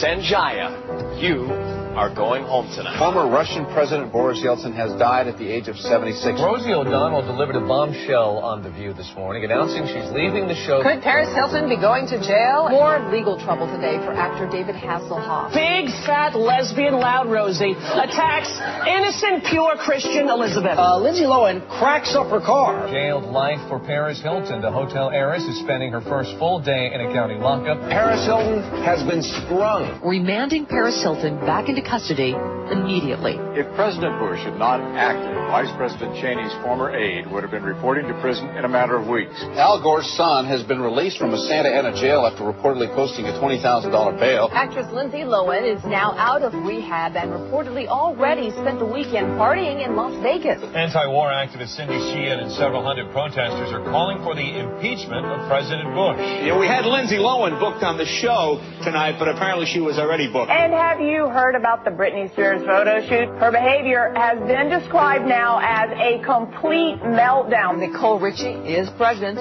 Richie pled guilty last week to driving under the influence last December for driving the wrong way on the freeway. Another mugshot for Lindsay Lohan. Barry Bonds has become baseball's new home run king, but is his record tainted? Playing bumper cars with Britney Spears. Could this be her latest meltdown? The mother of two reportedly crashing her Mercedes into a parked station wagon in Hollywood. When inspecting the damage, she managed to hit the car again. Karl Rove has called it quits. The flooding was so bad Hillary Clinton had to switch from her pantsuit to a wetsuit. Mattel Mattel is recalling millions of Chinese-made toys today. On the day Michael Vick should have been with his Atlanta Falcons teammates getting ready for tonight's big game, the star quarterback instead was in a federal courtroom pleading guilty to dogfighting charges. Senator Larry Craig is denying any wrongdoing despite a guilty plea stemming from an incident in an airport men's room. Craig stated he is not gay 3 times, saying he did nothing wrong at the Minneapolis airport. Earlier today, a very confused President Bush ordered a ban on all pencils imported from China because he said they may contain lead. I hope Idahoans will allow me to continue serving gay people at the Minneapolis airport. Las Vegas police are calling O.J. Simpson a suspect. He says he was conducting, quote, a sting operation at a sink and stumbling around. Britney Spears' big comeback falls flat. Pamela Anderson has walked down the aisle once again. I guess you know by now Britney Spears has lost custody of her children. Yeah, I was going to say. I mean, who's going to tuck them in at night and lip sync a lullaby to them? Kid Rock is out of jail following his arrest after allegedly fighting outside a Waffle House restaurant in the Atlanta area. Harry Potter fans, this one's for you. It turns out the character Dumbledore is gay. Vice President Dick Cheney is going hunting again. I don't know if the Riders are going to strike or not. Pats and Colts, this is the latest in NFL history that unbeaten teams have met. House Democrats introduced a proposal yesterday to impeach Vice President Dick Cheney. Another hard scare for Vice President Dick Cheney. Controversial radio host Don Imus is back on the air. Former Vice President Al Gore and members of the UN Climate Change Panel are now officially Nobel laureates for their work on global warming. Pats beat Pittsburgh 34-13, 13-0 now. The NBC announced that Jay Leno and Conan O'Brien are returning to TV in January. Pamela Anderson, she filed for divorce on Friday. Then yesterday, she had a change of heart.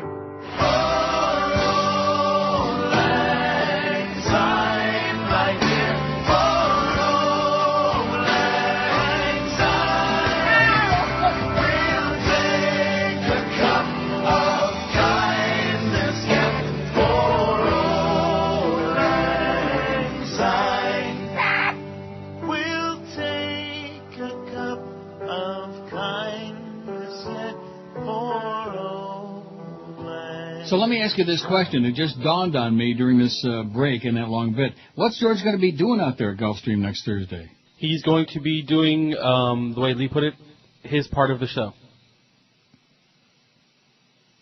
You still there? I'm here. That's what he said. What does that mean? I guess he'll be sitting there saying, I'm here. No, I'm here, I'm listening to you. So I don't know. He can't, obviously he's not going to be able to hit any buttons or anything, so. So he's just going to be sitting out there at Gulfstream? Yeah, he's going to be out there, he'll like wave to the people that come by, and he'll be talking on the air because people don't care that you're actually on the air. They'll just talk to you anyways. And, he'll be out there doing his thing. 388 votes on your poll. You're never going to make no 500 a day, mister. Like I said, 450 sounds really promising. Yeah, that's what I said. Of all the people running for president, who would be your choice? Barack Obama, 85. Dennis Kucinich, 47. Hillary Clinton, 44. John Edwards, 41, for that drooling yahoo. Nothing could be finer than to get out of Carolina. None of the above, 38. Ron Paul, 34. Rudy Giuliani, 24. Joe Biden, 16. Mike Huckabee, 11. Farbissen. Bill Richardson, 11. John McCain, 10. Fred Thompson, 9. Mitt Romney, 7. Mike Gravel, 4. And Chris Dodd, 4. Poor Chris Dodd, Such a good guy, but just no shot. No chance, Chris. WQAM, hello. I need a check for calling. QAM, hello. 41. Nothing QAM. can find out that I get out of Carolina. None of the above 38. The radio turned way up in the back. 34, Rudy Giuliani 24, Joe Biden 6. QAM, hello. Hello, Neil. Yes, sir. Yeah, have you ever been to Indian Miccosukee Reservation? No. Is it true they have Quarter slots? No. Oh. Las Vegas, the real Las Vegas slots, not the video not slots. Not yet. Is this the quarter slot guy again? Yes. Yes, this is the question. Yes, and let me ask you this question, sir. Let me ask you this question. Why are you calling? Why are you calling this show? Because when I went by Miccosukee Indian Reservation... Let me ask you the question again. Why are you calling this show? Your show is great, Neil. And you are not. You are grotesque. You are obnoxious. You're offensive. You're an idiot. And go away, okay? Go away. Don't go away mad. Just go away. But other than that, and you know what that reminds me of? That guy that called the other day. Neil, why are you so bitter? Why are you so... I'm not bitter. Not me.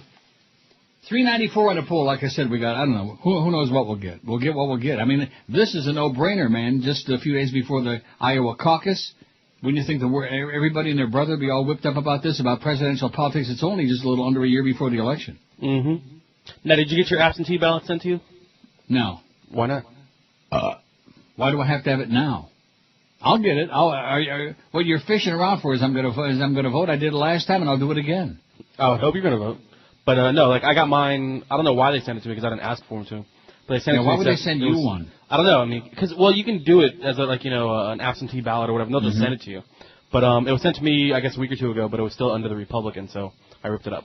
WQAM. Hello. Hey, Neil. Yes, sir. Sorry, I had my radio turned up. Before, when I called, I just want to let you know I was leaving it on the oven, but I'm tired of it. Yeah, okay, good. WQAM, hello. Hey, Neil. Yes, sir. Happy New Year, and I still got nothing to say. Okay, I'm sure of that. So we even got the Joven guy today. Boy, we're going out in style, man, from 2007. We're out in big, big, fat style. WQAM, hello. QAM, hola. QAM. Hi, good afternoon. Can I talk to Neil? Speaking. Neil, how are you doing today? I'm doing fine. How are you doing today? I am rolling around in sunny Miami and having fun. Mm-hmm. You're stuck in your room and cloudy and dismal, damp, and freezing cold. It's not freezing cold. I have no problem, sir. My life is fine. I have no complaints. No, I'm sure. I have no complaints. Life is more than just weather and palm trees, okay? I know that may come as a shock to you. I'm glad you were there, and I'm very glad that I'm here. You're right. Now, Yes. I wanted to ask you, because I never get the whole story, and I don't get to listen all the time. I wish I could listen every day, all the time you're on, but I can't. What is going on as far as you're leaving or something I'm hearing, and I don't get that. Are they crazy there or something? That's two questions. Right. Two questions. Now, you know the answer to the second one, so yes, I have to respond. They are crazy. And I got a year to go. Like I've told you, you've been listening, and you've heard me say it, and I have a year to go. So what's the big panic?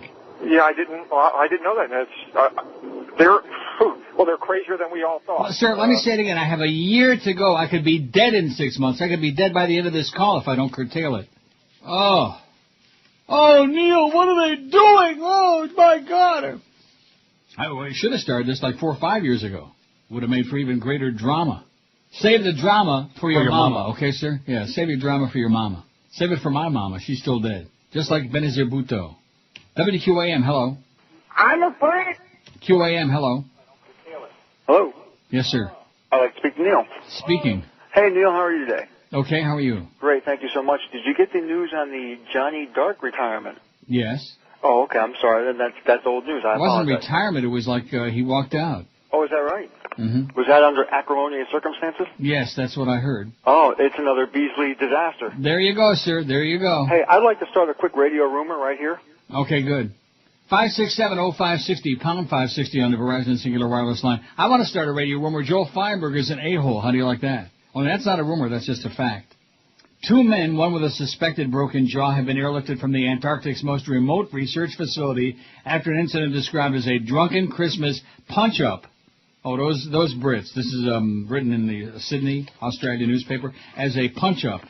The brawl happened at the U.S.-operated Amundsen Scott South Pole Station, located at the heart of the frozen continent. Well, they got to do something down there. The station, where staff carry out a range of scientific investigations from astrophysics to seismology, is currently being rebuilt in a $76 million project, $150 million. After reports of the flight reached staff at McMurdo Station, the headquarters of the U.S. Antarctic Program, which is located on Ross Island, a U.S. Air Force Hercules was sent to pick up the injured man and the other worker. They were flown back to McMurdo. It was decided the man's injuries were too serious to be treated in Antarctica. He was taken on to Christchurch, New Zealand, accompanied by a nurse and a paramedic. Many of the McMurdo staff have been expecting a day off for Christmas, but support workers returned to deal with the rare emergency medical evacuation. There was an altercation between 2 people. There's no indication of the cause of the background between the 2 folks. It was a Christmas brawl. What else are they going to do at the Antarctic, huh? Maybe diddle with each other a little bit and then get into a big brawl, right? What are they going to do down there? So how do you rate the call so far today on the aggravation scale of 100? Yeah. Think about it. They're great, man. That's what it's Neil interacting with those same 8 callers, man. It's great in the Sunshine State. 407 on the poll. We're going to get 500 today, man. You'll see. The biggest names. The best talent. This is Neil Rogers. Sports Radio 560 QAM. The sports leader. Only in the Banana Republic, baby. Only in Miami. Wait till you hear what they say. It's all next on Larry King Live. This is Larry King Live in Washington. Let's go to phone calls. Hello. This is Larry Craig calling. Hi. I seek activity in bathrooms. Why men's rooms? I am gay. Whoa, nothing against being gay. I lower my pants. Whoa. Spread my legs. This is what goes on in bathrooms, right? Yes. You get it in the mall in North Carolina, too? Yes, I do. I do. Thanks so much. Thank you. Bye. Go get him. We'll be right back on Larry King Live. Don't go away. This is Larry Craig calling. You can reach me on my cell. Our inspector is now willing to come out. Larry Craig, Republicans want you to go away. I'm willing to fight. But your ego makes you try to stay. No one believes in Larry Craig. Stupidly. We've reshaped my state a little bit. Tried to have a man, then had to flee. You fairy. Tired of all your hypocrisy. Oh, Larry Craig, give up your seat. If you have to go, then just go. Best you don't stay. It is my intent to resign. You did something wrong. You don't belong now, Larry Craig. Larry Craig, you gave your meaning to the term Senate head. I'm gay and I get on men. Your new office will be labeled men's. No one believes in Larry Craig. You fairy. 12:18 at 560 WQAM. Thank you. Bye. Yeah, have a good time, Larry. Tap it one more time. Studies show that 60% of regular churchgoers are women, and one group of men believes that the reason is that Christianity is too soft. How do you like that? Did you ever think of Christianity as being too soft? I always thought... I never thought of it like that. So hard. ABC's Nightline visited a meeting at a Tennessee shopping mall of nearly 300 men who call themselves God men and say they want to cowboy up as followers of Jesus. At the meeting, the men were encouraged to get in touch with their feelings about internet pornography, adultery, and, of course, homosexuality. Christian conservative stand-up comic Brad Klein. Christian conservative stand-up comic, oh my God, who co-founded the God Men group, told ABC that Sunday church services are excessively straight-laced and disconnected from men's concerns. Too straight-laced, not gay-laced. We have nothing to lose, he said. We don't have any congregation we have to answer to. We're just guys trying to be straight and being real. All right.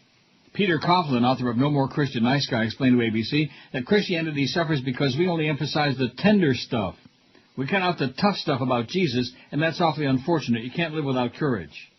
Be good instead of nice, but know that you're going to make enemies in the process, Coughlin told the group. Jesus never said we couldn't have any enemies. He just said to pray for them.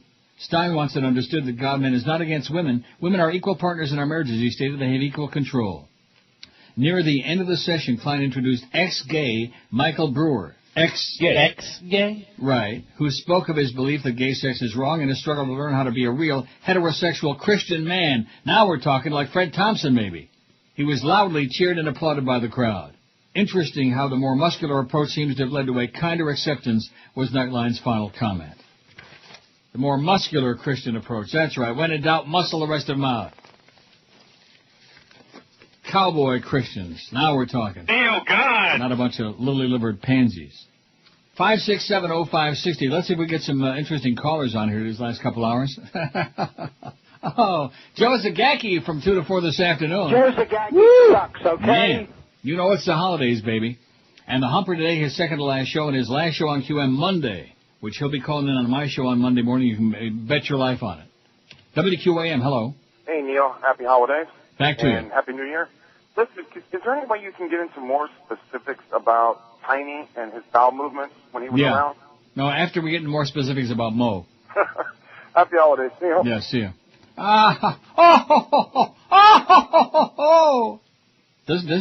you, I mean, I know you've been on about a year on this show, but aren't you just astonished? I'm sorry, I missed Tiny. I'm not talking about Tiny, I'm talking about these calls. Yeah. These people, these humans, and I use the term very loosely, these creatures, these cretins. WQAM, hello. Mentally ill. QAM, hello. Hello, Neil. Yes, sir. Yes, what about them Panthers, huh? Do you think they're going to make a playoff this year? No. What about Luongo trade doesn't seem too bad right now, right? What? Luongo trade doesn't seem too bad right now, right? It's one of the worst trades in the history of the sport, sir. It's one of the worst trades. Alex Auld is on his 4th team, okay, since he was traded away. Volku, he's doing pretty good. He's going to go to All-Star. Let me say it again. One of the worst trades in the history of the game, my hockey expert. Don't start with the hockey crap, okay? The Leafs suck, by the way. They really blow. Oh, they're in a spot on Leafs TV. What a shame. How's that Panthers TV channel doing? The who, what, huh? Panthers TV. Hey, they're winning right now, so. Yeah, they won a couple of games. Good. They won't make the playoffs. Big Terry! Barbecued Indianapolis.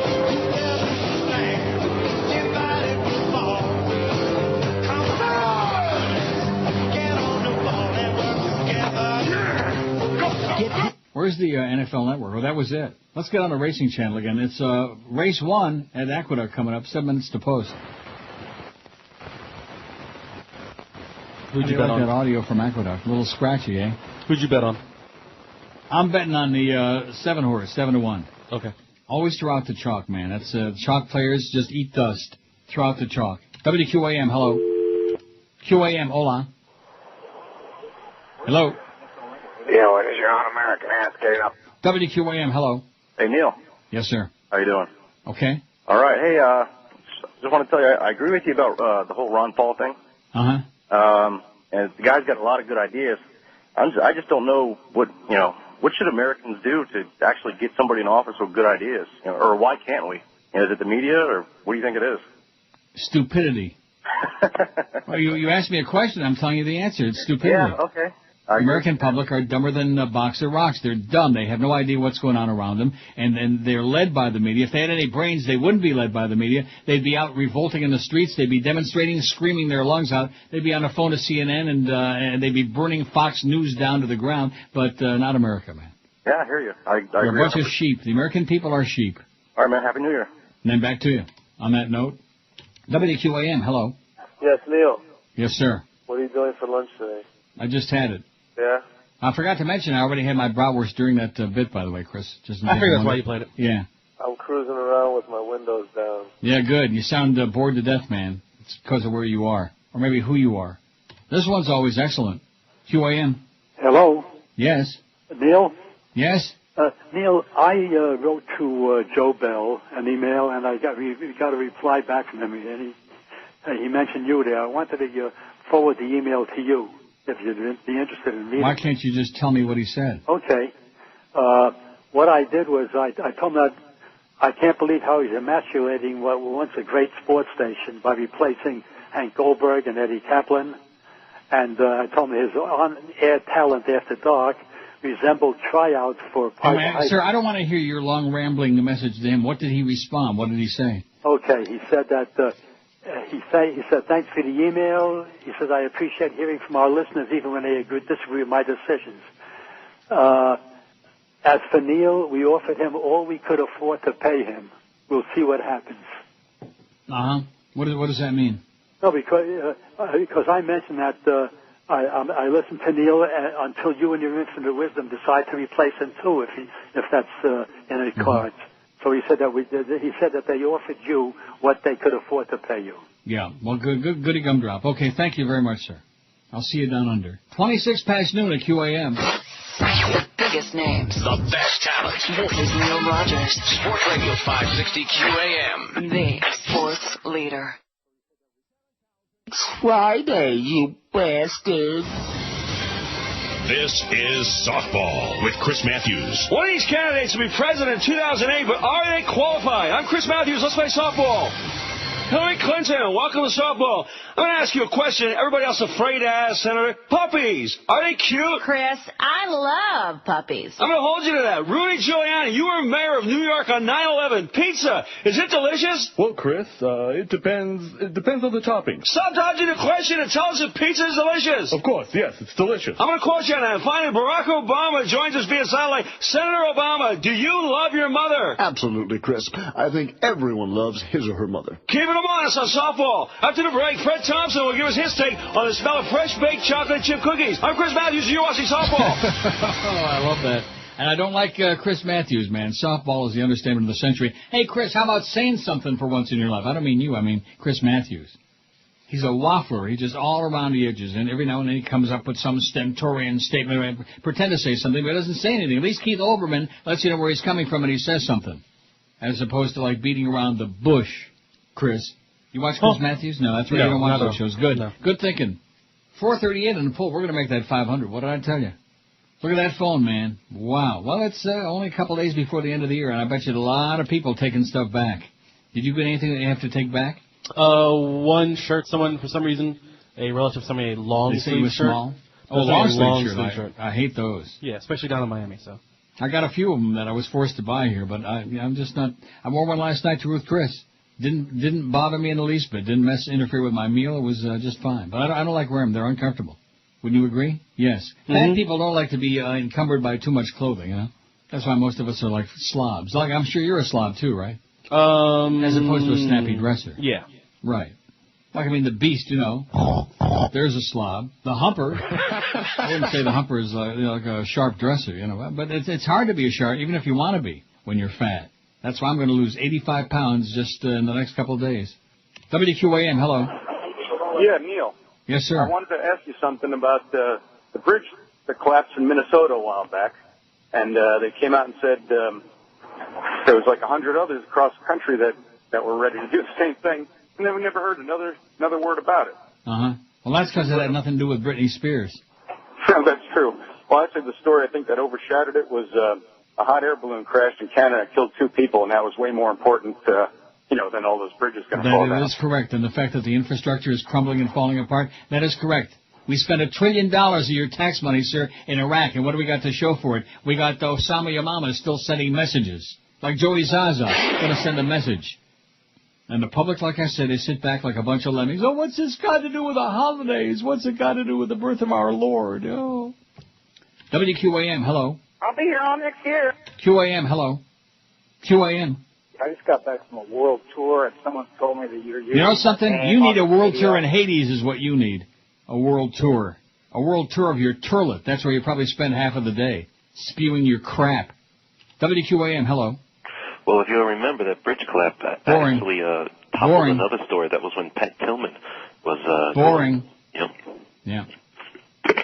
Yeah, boring. See, when people call and they're like practically half whispering like that, and that's a little bit of a tip-off right off the bat that it's going to be boring, boring. Wonder whatever happened to the whisperer. Pole building's boring. Pole building is boring. Remember that guy long before you were on the show? No? No, I can't say I do. Now, he's vanished. Well, he's been replaced. You know, the 25-cent schlock guy is more than since replaced him. 5, 6, 7. But isn't it interesting, though, how loyal these people are? I mean, even like I can go for like months without taking any calls, and then as soon as I'm taking the calls, they're there again, okay? They love you. Through bedtime stories and snow and rain and snow drifts and piles and cyclones and crap. They're still there. WQAM, hello. QAM. Hey, Neely. Yes, sir. What's happening, my friend? What do you got? A lot better than the other fuckers has called in so far. Wow. Yeah. Wonder you don't want to take calls, man. What's up with these people? What do you got? What do I got? Well, the rumor is that you've been touching George inappropriately. Is that true? Yeah, That's what you got. WQAM, hello. I bet you're really upset that the surge is working. A vote for Democrats is a vote for terrorism. Yeah, the surge is working great. Just like Benazir Bhutto, she got surged right into the ground yesterday. WQAM, hello. Hello. Yes, sir. I want to talk to Neely, please. Speaking. Good morning. How you doing? Good afternoon, sir. Happy Jew Year. Yeah. That's all. WQAM, hello. I'm your buddy. QAM, hello. Hello? Hello? Hey, Joyce needs a bagel enema. WQAM, hello. Neil. It's a possibility she's Jewish, you know. Yes, sir. Your buddy Jack Thompson's at it again. Yeah. You got to check out the Justice Building blog. You know, the criminal justice building in downtown Miami? They got a blog, and Jack Thompson is up there just spewing, and he's losing his bar card, which I thought you might want to know. How unusual, yeah. Okay, thanks for the good news. Call Norma and tell her. QAM, hello. I will not be placated until freeway and spigot. QAM, hello. Hello? Yes. Can I speak with Neil? Speaking, yes. And Jimmy? And Danny? And Danny? And Jimmy? QAM, hello. WQAM, hello. Yes, I called you.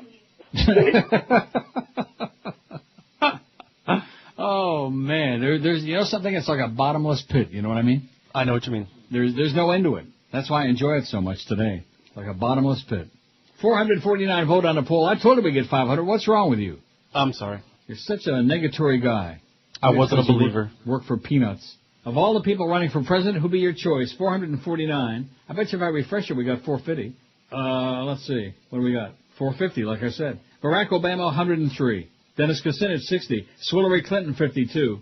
John Edwards, 47. None of the above 40. Ron Paul, 38. They're not creeping yet. You watch over the weekend, man. Jeepers creepers, here come those idiot freepers. Ron Paul's got 40 million votes. You'll see. Rudy Giuliani, 26. Joe Biden, 20. Bill Richardson, 14. I like Bobby Richardson better. Mike Huckabee, 11. Fred Thompson, 11. Real Farbisson, man. Just look at him. You can just see hate and drool just slopping down his chin.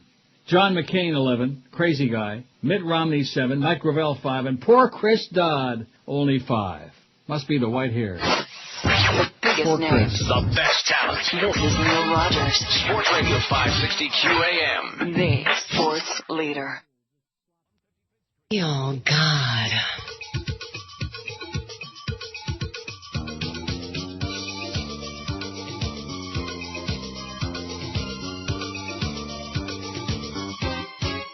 My name is Barry, sing like a fairy.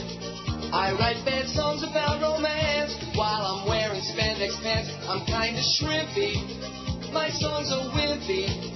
I had a series of big hits, but that was back in '76. Now no one wants to hear. They only laugh and sneer. They won't admit that they own my albums, cause my songs are queer. Got a nose shape like a banana. My two fans both live in Montana. Got a nose shape like a banana. Up my nose you could fit half of the city of Atlanta. I write the song. Like a banana. I've got a honker the size of Yonkers. When I get a stuffed up nose, I'd be Tristan in a hose. But now I'm on the case. My life is back in place. And so I'm singing again and sticking my schnoz in your face. Got a nose shape like a banana. My two fans both live in Montana. Got a nose shape like a banana. Up my nose you could fit half of the city of Atlanta. I write the songs. You fairy. Like a banana. Like a banana. Like a banana. 12:45 at 560 WQAM. Happy New Year from all your paisans, baby, at 560. All of us who are left. Hank's second to last show today, and then the finale on Monday. Tuesday, man, on New Year's Day, we got a lineup. We got mostly football, right? Yep. We got all football except for Greg Likens. Greg don't like us. And Jesse. Only Jesse Agler in the morning, thank God. Doug Thompson's got a column here. Just a couple of dumb broads, he writes. Conventional wisdom said Hillary Rodham Clinton was the smartest candidate among the crowded fields for both the Democratic and Republican presidential nomination. The same conventional wisdom promised great things from Nancy Pelosi, the first woman to lead the House of Representatives as Speaker. So much for conventional wisdom. As we head into the primary season next week, Hillary is scrambling to hold on to that once-perceived insurmountable lead as the Democratic contender, felled by a seemingly unending end to campaign gaffes, logistical screw-ups, and dumb mistakes. With her campaign now a nightmare political misadventure, Hillary moves from one snafu after another. Nancy went home after a year of failure, leading a Democratic Congress down the path of capitulation to George W. Bush, the most unpopular president in American history. Couldn't happen to two more deserving broads. Oh, my God, did I say broads? I knew it, Thompson. You were always a sexist pig. Oink, it says. If it's sexist to recognize that the two most prominent Democrats in Washington have set the cause of equality for women back at least 50 years, then I'm guilty as charged, he says. I never expected much out of Pelosi, despite the pipe dreams of others who thought she could handle the job. She was, is, and always will be a political lightweight. Not so with Clinton. She was another story. She may be a cold, calculating, heartless bitch, but few considered her dumb. She was the Dick Cheney of Bill Clinton's administration, the power behind the man, the manipulator of policy, and many thought the architect of her husband's political success. But looking back on the Clinton years at 1600 Pennsylvania Avenue, we should have seen the warning sign that Bubba's long-suffering stand-by-your-man wife was at least a beer or two short of a six-pack. I remember all too well that infamous TV interview during the beginnings of the Monica Lewinsky scandal when she defended her husband, said she believed he was faithful to her, and blamed the whole thing on a vast right-wing conspiracy. Yeah, right, if Hillary didn't know Bill was screwing around on her, she was the only one in the country, and as H.L. Mencken once noted, nobody ever went broke underestimating the intelligence of the American public. When DNA tests on a, what word do I use, semen-stained blue dress, he didn't use that word, on a semen-stained blue dress finally forced Bill to fess up, Hillary turned to the woman scorned, angry at her husband's betrayal. The act was so good that some actually felt sorry for her. Now she wants us to believe that the woman who didn't realize she was married to the biggest presidential whorehound since JFK is the most qualified candidate for the highest office in the land? And to make matters worse, she, along with too many other Democrats, voted to let George W. Bush launch his illegal and immoral war in Afghanistan. That gives her something in common with the other overhyped woman in Washington, Nancy Pelosi, the Democratic leader who failed to deliver on a contract with voters who demanded change on Capitol Hill. Maybe right-wing blowhard Phyllis Shoefly was right. Maybe women should stay home, cook dinner, clean house, and take care of the kids. And I think he meant his illegal and immoral war in Iraq, but nevertheless, Capitol Hill Blue does make, in spite of all her really good articles, a lot of typos. Ever notice that? No, because you don't read it. Correct. You don't read the bedtime stories? No. I love the bedtime stories. No, you don't. Why do you say that? Especially when you read them to me. Oh, God. That sounds so... Gay. 461 on the pool. Now, how's that Ron Paul doing? Only 39. Good. That's the one you need to keep your eye on. Will do. But they usually do it when the show's over, so I can't come on the air. Although I'll do it Monday anyway. So I can't come on the air and say, oh, gee, here come the freepers again. They want the public to really think. I say the public, our audience. Well, I'm sure if it happens like during Hank's show, they'll pop you up just so you can say it. Yeah, I'm going to be sitting here during Hank's show today. You never know. I'm sitting in this chair all day today, just standing by. Is that what you're telling me? No, just, every once in a while I'll come on by, check it every half hour or so. No, I don't think so. No. 5670560, pound 560 on the Verizon Singular wireless line. WQAM, hello. Hello, Neil. Yes? Claude Greed is still gay today, okay? WQAM, hello. Don't forget to burn it around. QAM, hello. Uncle Neil? Yes, sir. Can you play that song, Tastes Like a Penny? No. Why? Can't play it. Who says who? Can't play it.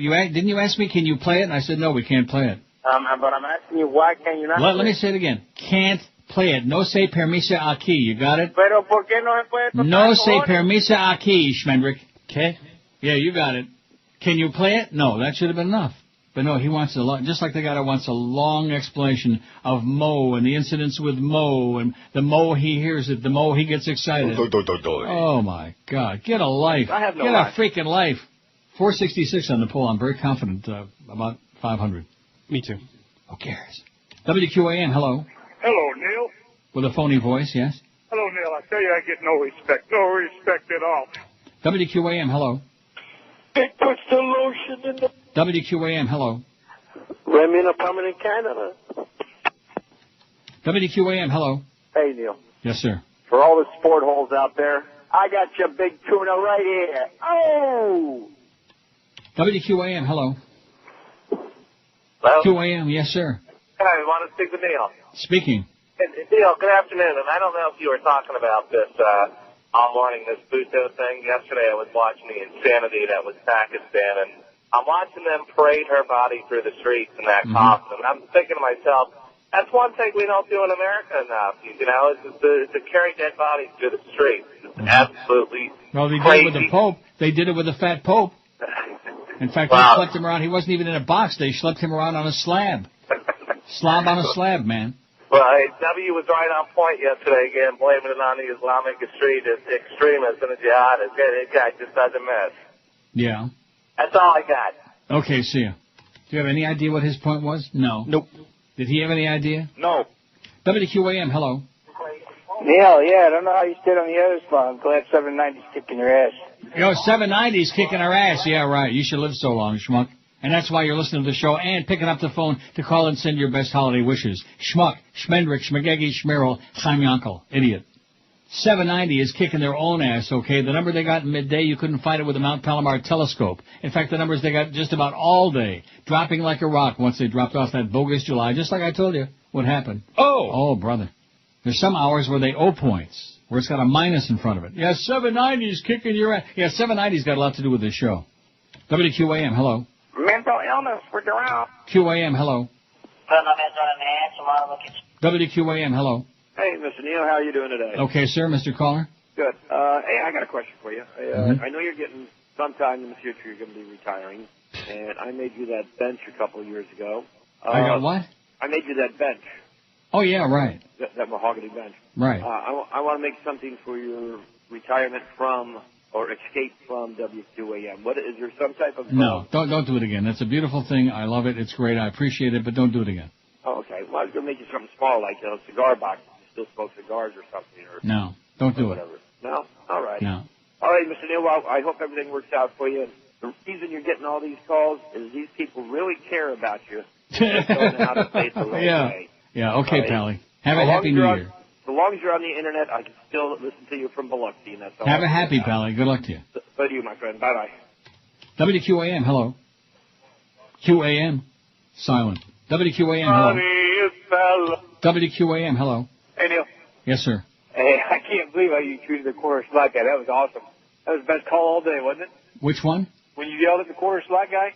This is him again. No, this ain't him. This is his boyfriend. Is this him or his boyfriend? No, it was just funny, man. I couldn't believe it. That was funnier than hell. I like that call. Yeah. It was great. And? You know what, Neil? You have a hell of a show, buddy, I tell you. Yeah, okay. Go stick the quarter in your slot. In fact, stick a $50 in there, okay? Welcome. WQAM, hello. Yeah, Neil. Hello. Yes, how you sir. doing? Okay. Listen, who's this, Kabibble? WQAM, hello. As soon as I finish these red tribe taters, I aim to kill the Beasleys. QAM, hello. Yeah, why do you have to break the collars, you jerk? QAM, hello. Everybody 790 listens to me. Yeah, 790. They're the best. Just ask Joel Feinberg. He'll tell you. In between beating up his girlfriend. Hey, Joel, you're an idiot. I was on to him, man. The first word out of his mouth when he called me here that night, I couldn't believe it. Mm-hmm. Left a message, and I actually made the mistake of calling him back. Picks up the phone. I said, Joel, Neil Rogers, how you doing? Oh, hi, how are you?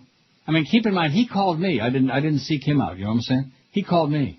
Wanted to meet me for lunch. I wouldn't meet you for a bologna sandwich. How do you like that? And believe me, you could sure fill it up, Pally. Joel, another wannabe. Like I said, everybody's a broadcaster. Their daddy's got a lot of money. If they used to play a game somewhere, if they used to take showers naked with a bunch of other guys, everybody's a broadcaster. Like that Phil Simms. I'm going to tell you something, man. One day he's going to die, and it's going to be a great great day for the universe. Don't you despise him, or are you one of those Phil Simms suck-ups? It doesn't really bother me, really. I don't know. With that phony, on the 25-yard line, that whole phony Southern drawl. He does the whole game, everything. Line, he's out wide. Oh, God, give me a break. That's affected phony Southern drawl, man. Y'all. Ever see him and John Edwards together? Same person. The biggest name. On the line. It's on the line. Rogers. And he's just fine. 560 QAM. The sports leader. 1 to 2 hour.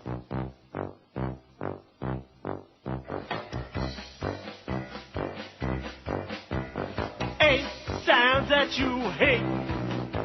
But I'm an idiot, and I think they're really great. I doubt that you can handle 1 or 2, much less all 8. 8 sounds that you hate. The men from the boys, they will surely separate. I'll tell you what they are. Guaranteed you'll go, yeah. I like fingernails on a blackboard. When people crack their neck or their knuckles. When I rub styrofoam together, that just makes me chuckle. 8 sounds you can't stand, which you could tolerate if you were half the man I am. Add to the list of 8, a fork and a knife, scraping on a plate, scraping on a plate, scraping on a plate. Here's one I really love. You might want to try it. Give me feedback in my headphones. Oh yeah, that's more like it. Little more over there, little more. Hey, sounds so unique. Now let's review so you can really, really freak. Fingernails on a blackboard. When people crack their neck or their knuckles, rubbing styrofoam together. Cause it makes me chuckle. I like brand new sneakers on a gym floor. Raising an aluminum window. When a dentist is drilling my molars. That makes me say bingo. My voice singing on his record. Utensils on fine china. If these sounds give you the shivers, that makes you a whiner. Hey, do you go nuts if someone bites their fork like this? 'Cause I love it. Here, I'll do it again. Do you have a nervous system left? How about the squeegee wiping a window while I crack my neck? Suffer, you wimps! Suffer, wimps! Oh, wait! I got one more! Oh, we got this one, too. 103 at 560 WQAM. Happy Friday, the last Friday of the year, December 28, 28, baby. We're doing it. Are we kicking ass or what? Definitely. Our own. And you got 487 on the pull. 500's a given, man. All right. We could do that like sliding off a log. Like sliding out a log. WQAM, hello. Hi, Needle. Yes, sir. Hey, this is Billy from Shula's. I've spoken to you in the past. I just had a quick question for you. When you were in, you went to Amsterdam for your vacation last time? Right. Did they change the laws already on smoking in pubs and restaurants over there? I have no idea because I didn't go in any pubs, any coffee shops, any of that. I don't know. I don't think so. No? Okay. They're talking about it, which is really stupid. Yeah, because I was curious how they were going to stop the cigarette smoking and yet let the weed smoking continue in the other... Because I noticed all the head shops were still open, all the places selling the magic mushrooms and all. Everything looked the same to me. Right. Well, maybe they just haven't gotten it through yet. But good. Hope they don't get it through. There you go. You can open up a joint over there because they sure need it. So to speak. Yes. Thanks, Neil. See you, Pally. Yeah, you can open up a joint or just smoke it. That's all. See, that was a bad choice of words on my part. It just kind of like, sometimes when you're full of it, it just flows out. You know what I'm saying? What are you saying? When you're full of crap, it just flows out real easy. 492 on the poll, by the way. You put a 1 in front of that, and you got 1492. All right. Christopher Columbus, that Jewish sailor. Boy, I sure wish I had that record. Nobody's going to have it. It's an old RCA album with Frank Gallup on it. Everybody, what was the name of it? Everybody is Jewish or something like that. When you're in love, the whole world is Jewish. That was it. I'll be okay. damned. Yeah. When you're in love, the whole world is Jewish. I bet you didn't know that, did you? I did not. Well, that was the name of the album, and it had some funny crap on it. WQAM, hello. We're friends because of you and WQAM, hello. Why don't you do what Hank's doing today? Get out of town. How about that? How do you like Well, Hank's getting out of town on Monday. How do you like that? How do you like that? Can I have till Monday? It's easier for everybody. And guess what? I am out of town, and thank God, because I don't have to be there with swill like you. Do what Hank's doing today. I'm listening, and I'm calling you, but I want you to go away. I hate you like poison. Bah! Bah! Bah! That's South Florida for you, man. I'm going to kiss. I'm kissing the articles, I'm kissing the microphone, I'm kissing the board, I'm kissing the equipment here that doesn't work for the fact that I don't have to be there. Thank you, Greg Reed. That was the best part of the whole deal these last 10 years on this station. Nice going, Norma. That was the best part of the whole deal. And you know something? I was thinking during the last break, what would happen if I sent Joe Bell an email and I said, hey, I rethought your offer, Joe, guess what? I'll take it. He'd freak out.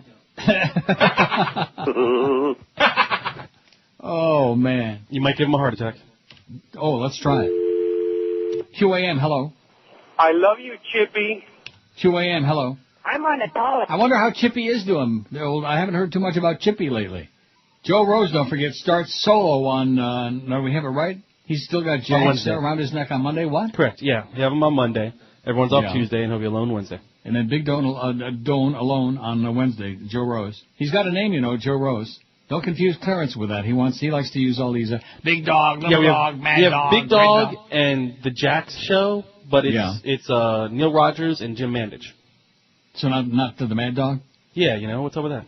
Yeah, what is up with that? It's either or, Yeah, that's right. How come Joe Rogan is the big dog, but Jim Mandich is just Jim Mandich? I never really thought about that. What is he, like chopped liver or something like that, for Christ's sakes? Well, that's Clarence. He's had a tough life. WQAM, hello. I have a boner, Chris. WQAM, hello. Hi, Neil. Listen, I was listening to your show today. I've been listening to you for years, but that Prozac Ron has called in probably 100 times. Yeah, he does every day. Every day. I was just thinking that maybe you might want to, I know you don't care, but you might want to just to mess with him, call the phone company and they can block his call. Sir, I want to tell you this. Sir, I want to tell you this. Oh, he does call on a cell phone? Yeah, he calls on a cell phone. That's why we can't block it. Oh, okay. Oh, I'm sorry. I was just thinking just to drive him nuts. Not only on a cell phone, but they pass it back and forth. Him and hi, Ron. They pass it back and forth. And the phone, too. Right, and the phone as well. You got to give the phone number out. Maybe they get about 12,000 calls from your audience. You know something? They love it. Yeah, they do, actually. Oh, okay. Well, that's it, Neil. Have a great day. When you're dealing with people who are mentally like that, forget about it. Good luck to us, sir. Okay. Happy New Year. WQAM, hello. Yeah, I always got a phone. QAM, hello. Hello? Yes, sir. Good afternoon, Neil. Good afternoon, sir. How Happy you doing? New Year. Happy New Year to you, too. That's all I have to say. That's a good thing I gave you some material there, wasn't it? Bill. Yeah. Just a suggestion for you. You can talk more about sports No. in the years to come. No. Yes, you can. No. Why not? Why? What do you want to hear about with sports? You want to hear is Bill Parcells fat or old? Which one? That's the big turner. He's the savior. Yeah, the savior. That's right. He's going to have Jesus at quarterback. Yoshki is going to be quarterback. And the only problem with that is Jesus was Jewish, and he's not going to mess with that pigskin, okay? He knows better. He knows that the football is trafe. That's why when, what was his name? Ali Sherman was the coach of the Giants. That's why they sucked so bad. And Marv Levy with the Bills. All those Super Bowls they choked in. Jews in football, trust me when I tell you, man, it's trafe. He's the savior, Bill Parr, the big tuna, yeah. I got your tuna over here. And what's her name? She says it's Jessica Simpson. She says it's bumblebees.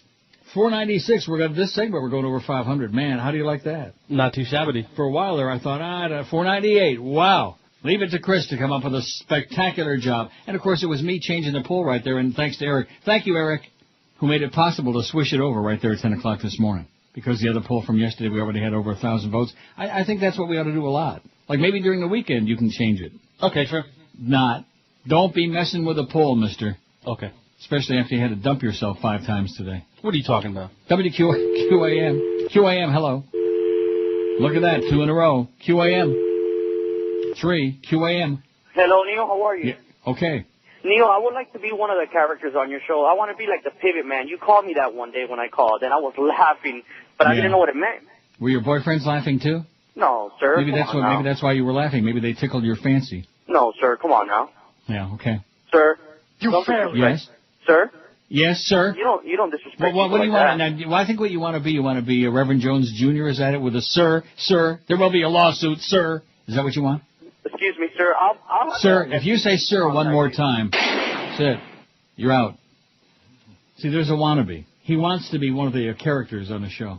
And you know things. Yeah, well, let me interpret it for you. You know what that means? I have no life. That's correct. Let me take a look over here. 5:02. We did it. Oh. All right, let's go home. Yeah, let's go home. Let's get out of this dump, okay? We did it. We did it! We did it! We did it! We did it! We did it! Oh, my God. What a fruitcake. 5:02 on the presidential poll. And that's no great accomplishment. I mean, that's one that should be pretty damn hot right now. Should it be like a hot tamale? Hot as a matzo ball in Siberia? WQAM, hello. Hey, Neil. Yes, sir. Yeah. I haven't talked to you in a while, man. Oh, God, I miss you. Oh, God, it was a night. WQAM, hello. Hey, Neil. How are you, Neil? Okay, sir. Hey, Neil, the president, when he talks as if he owns Pakistan. Do you notice that? I don't listen when the president speaks. And he talks as if he owns the whole Middle East. Yeah, he owns the world. He owns the That's earth. pretty sad, Neil. Thanks a lot. We are the world. Da-da-da-da-da. Come on, let's get Michael Jackson back again to sing We Are the World. Let's all hold hands. USA for Africa. Let's raise money for all those starving children. Of course, by the time the money gets to them, they're going to be dead. But we sure as hell made a great musical effort. That goes to show how crazy the human race is. And you wonder about religion and all this other crap. Oh, let's have a concert to raise money for starving people. Let's not feed them right now. Let's not send them somebody 80,000 pounds of crap.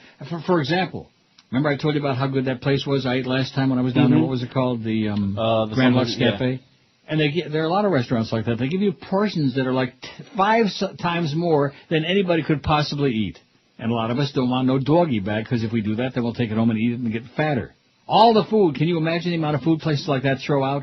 But instead of taking food that people could use to be eating, like all over the world, and just throwing it out of the dumpster, let's sing a song. We are the world. Let's hold hands, baby. Let's have, what's his name? Quincy Jones. He's dead, by the way. Isn't he dead, Quincy Jones? I believe so, yes. And he looks like a mannequin. His hands are going back and forth. And man, we are the world. Oh, it's so sad. And that's why it's better. Make a resolution. You don't think about these things in the new year. Or ever again. Ever again. Biggest names. The best talent. This is Neil Rogers. Sports Radio 560 QAM. The sports leader. You bastard. All right, let's play Who Wants to Be a Millionaire? Puff Daddy, sitting in the chair. I'll call you Puffy. Yo, man, yo. Are you ready? Yeah. Here's your $100 question. Finish this nursery rhyme. All right. Hickory, dickory, blank.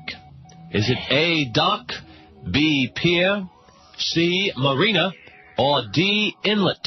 Whoa, man. This is a $100 question right here? You're kidding me, right? This is $100. For $100. This ain't the $1 million question? Well, this is the first one.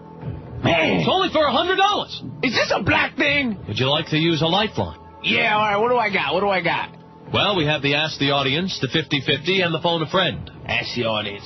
Nah, too many white people in here. 50-50 ain't gonna help me. Oh, you know what? I'm gonna phone a friend. Gonna phone a friend on the $100 question, finishing the nursery rhyme. Yeah.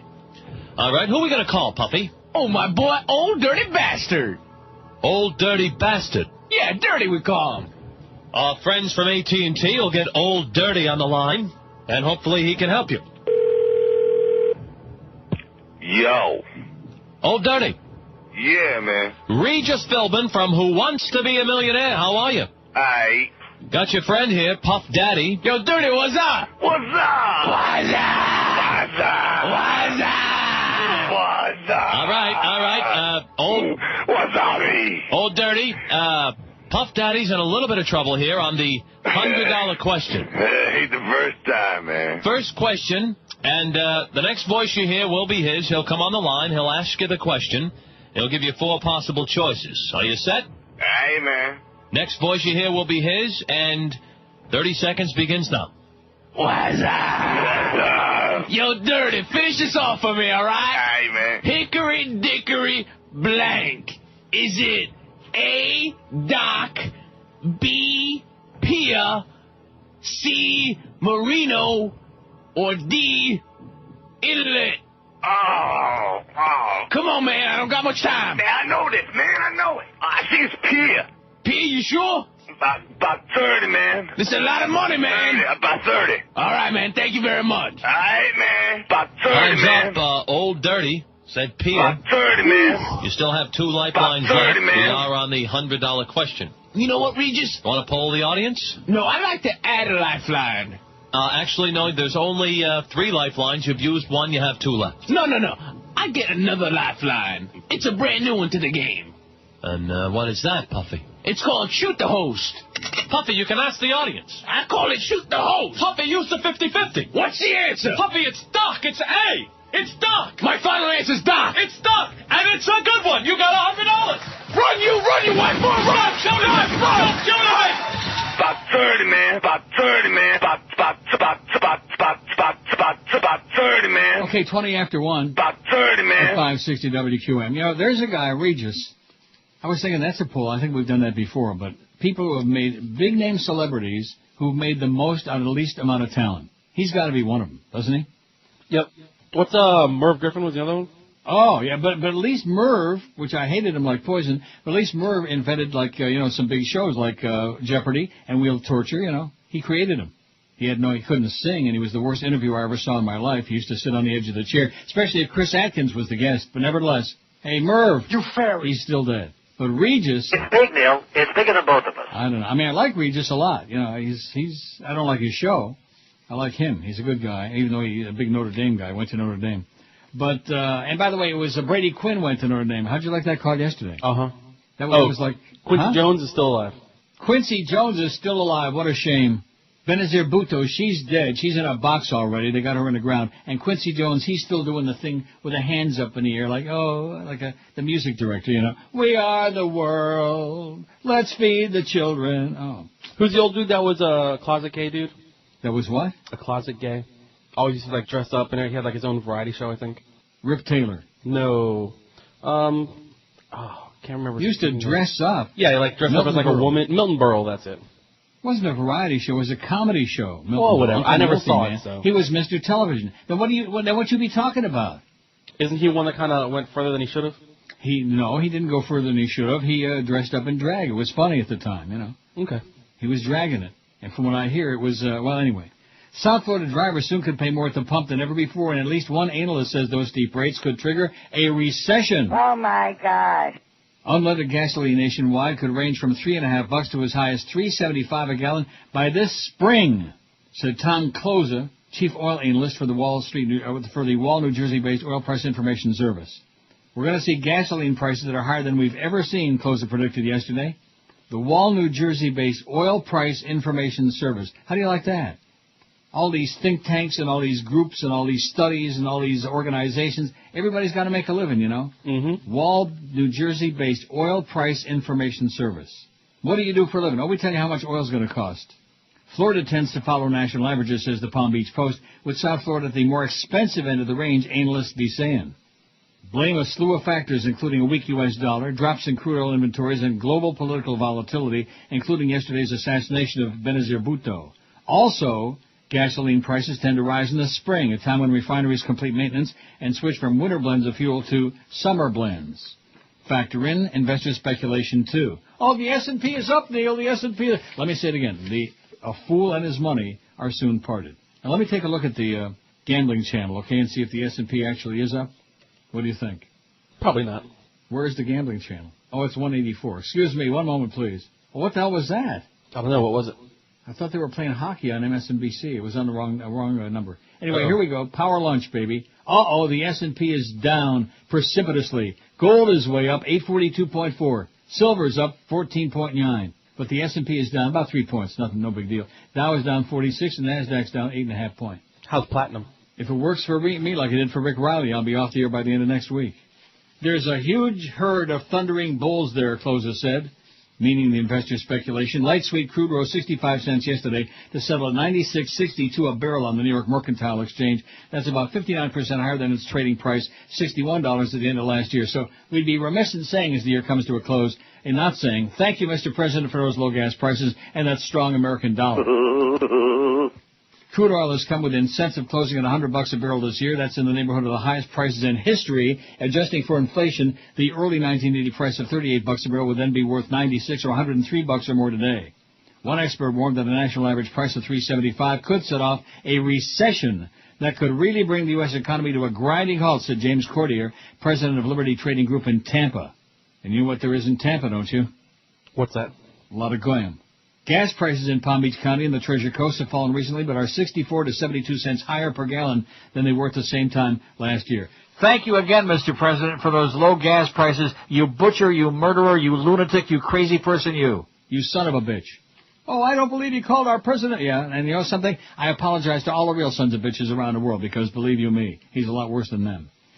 Like Kay said in Godfather, senators and presidents don't have men killed, Michael. Who's being naive now, Kay? The biggest names. The best talent. This is Neil Rogers. Sports Radio 560 QAM. The sports leader. Swap Friday, you bastards.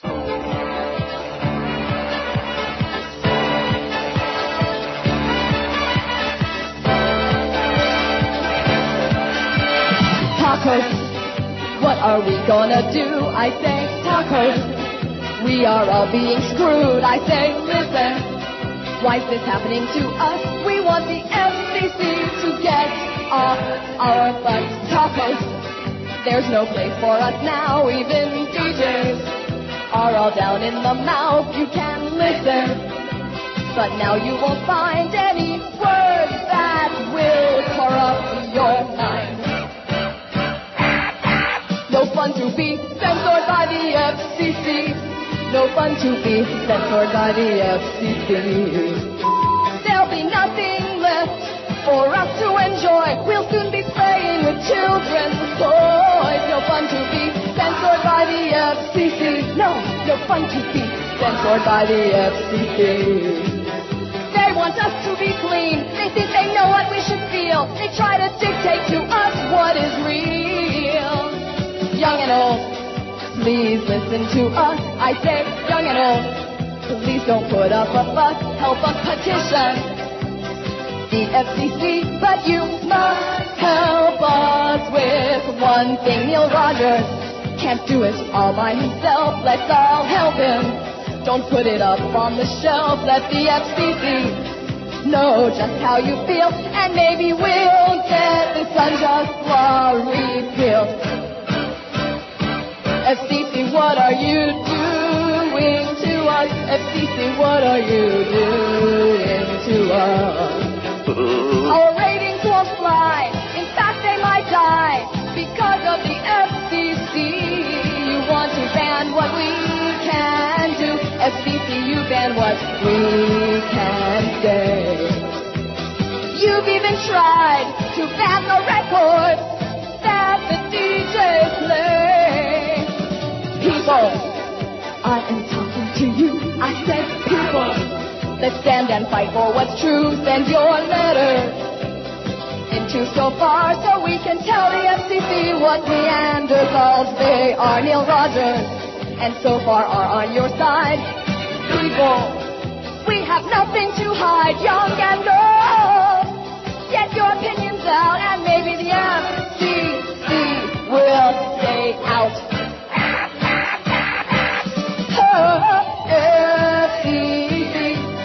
Morning now, FCC. In the evening now, no one knows what words drive them insane. We all have the FCC to blame. FCC, go away. FCC, get off our backs.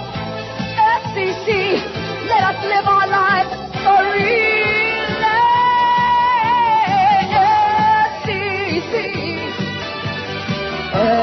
FCC. Go away.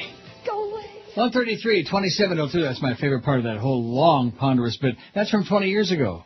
So far, save our First Amendment rights. I was trying.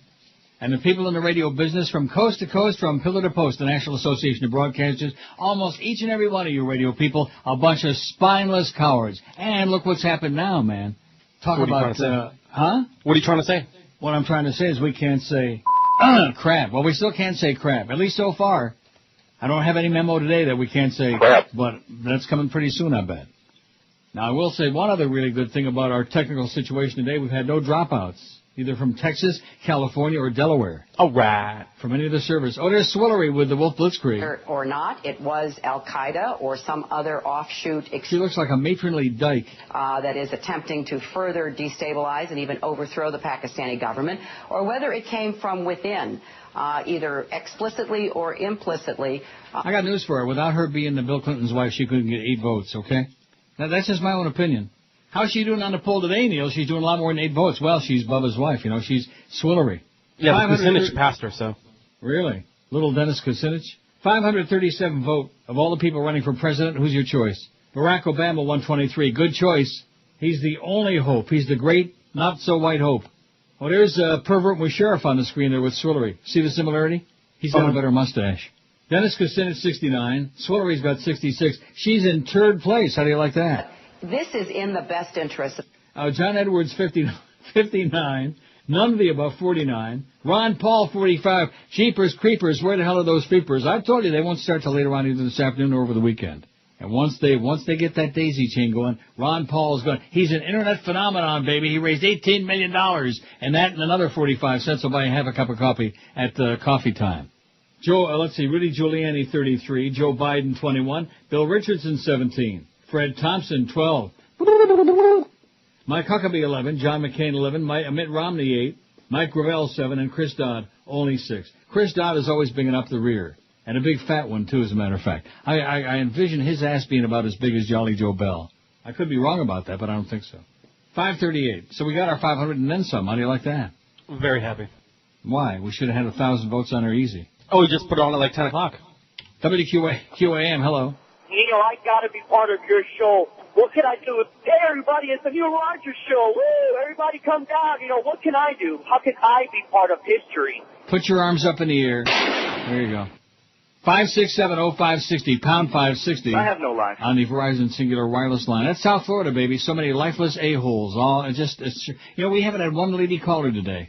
Here it is. It's one of our last shows. It's our second to last show before New Year on Tuesday, which we won't be here. We haven't had one lady caller. Maybe they're all busy. We had a nice lady yesterday wishing a happy New Year, and she said, I forget what she said, but she was very nice. Remember that? Yes, she said she loves you. Well, there you go. Nothing today. No ladies.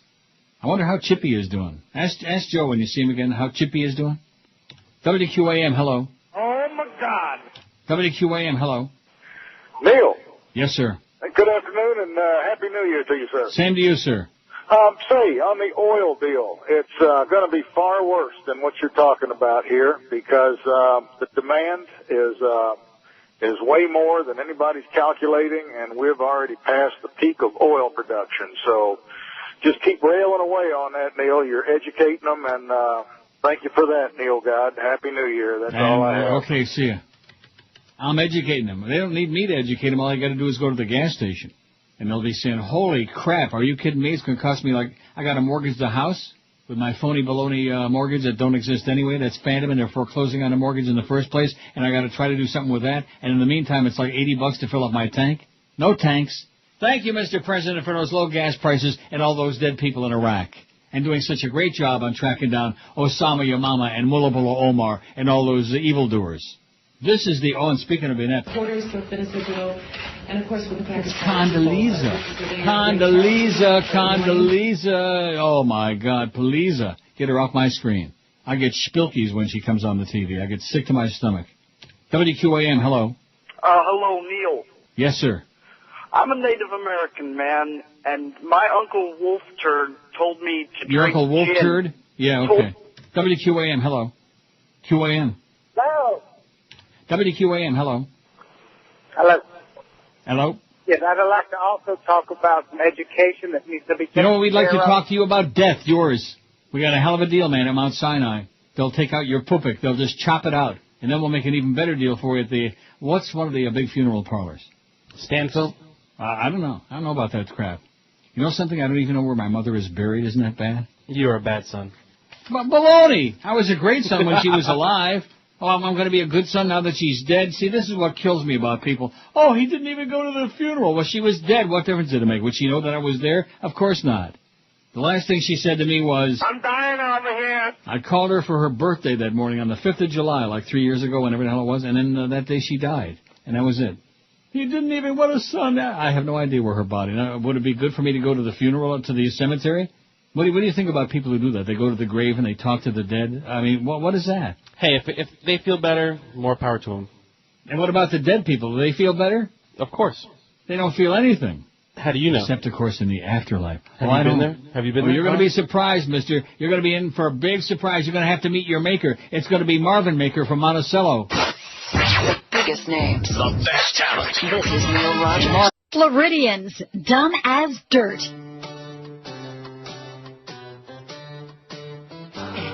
It's been brought to my attention that your ratings are dying now. Well, that ought to show you what a big asset I was to you, and how. Rectum. You can find somebody good enough to fill my baggy pants? It ain't easy. There ain't no chance I'll ever be coming back. Outside of considering a lucrative contract. If you want to know what'll save you from shutting that transmitter down, why, that's easy. Ow! Sure. All you need is mold. All you need is mold. All you need is a show. I don't know. If your old time slot's only got you to thank, despite that my ratings have bottomed out in this case.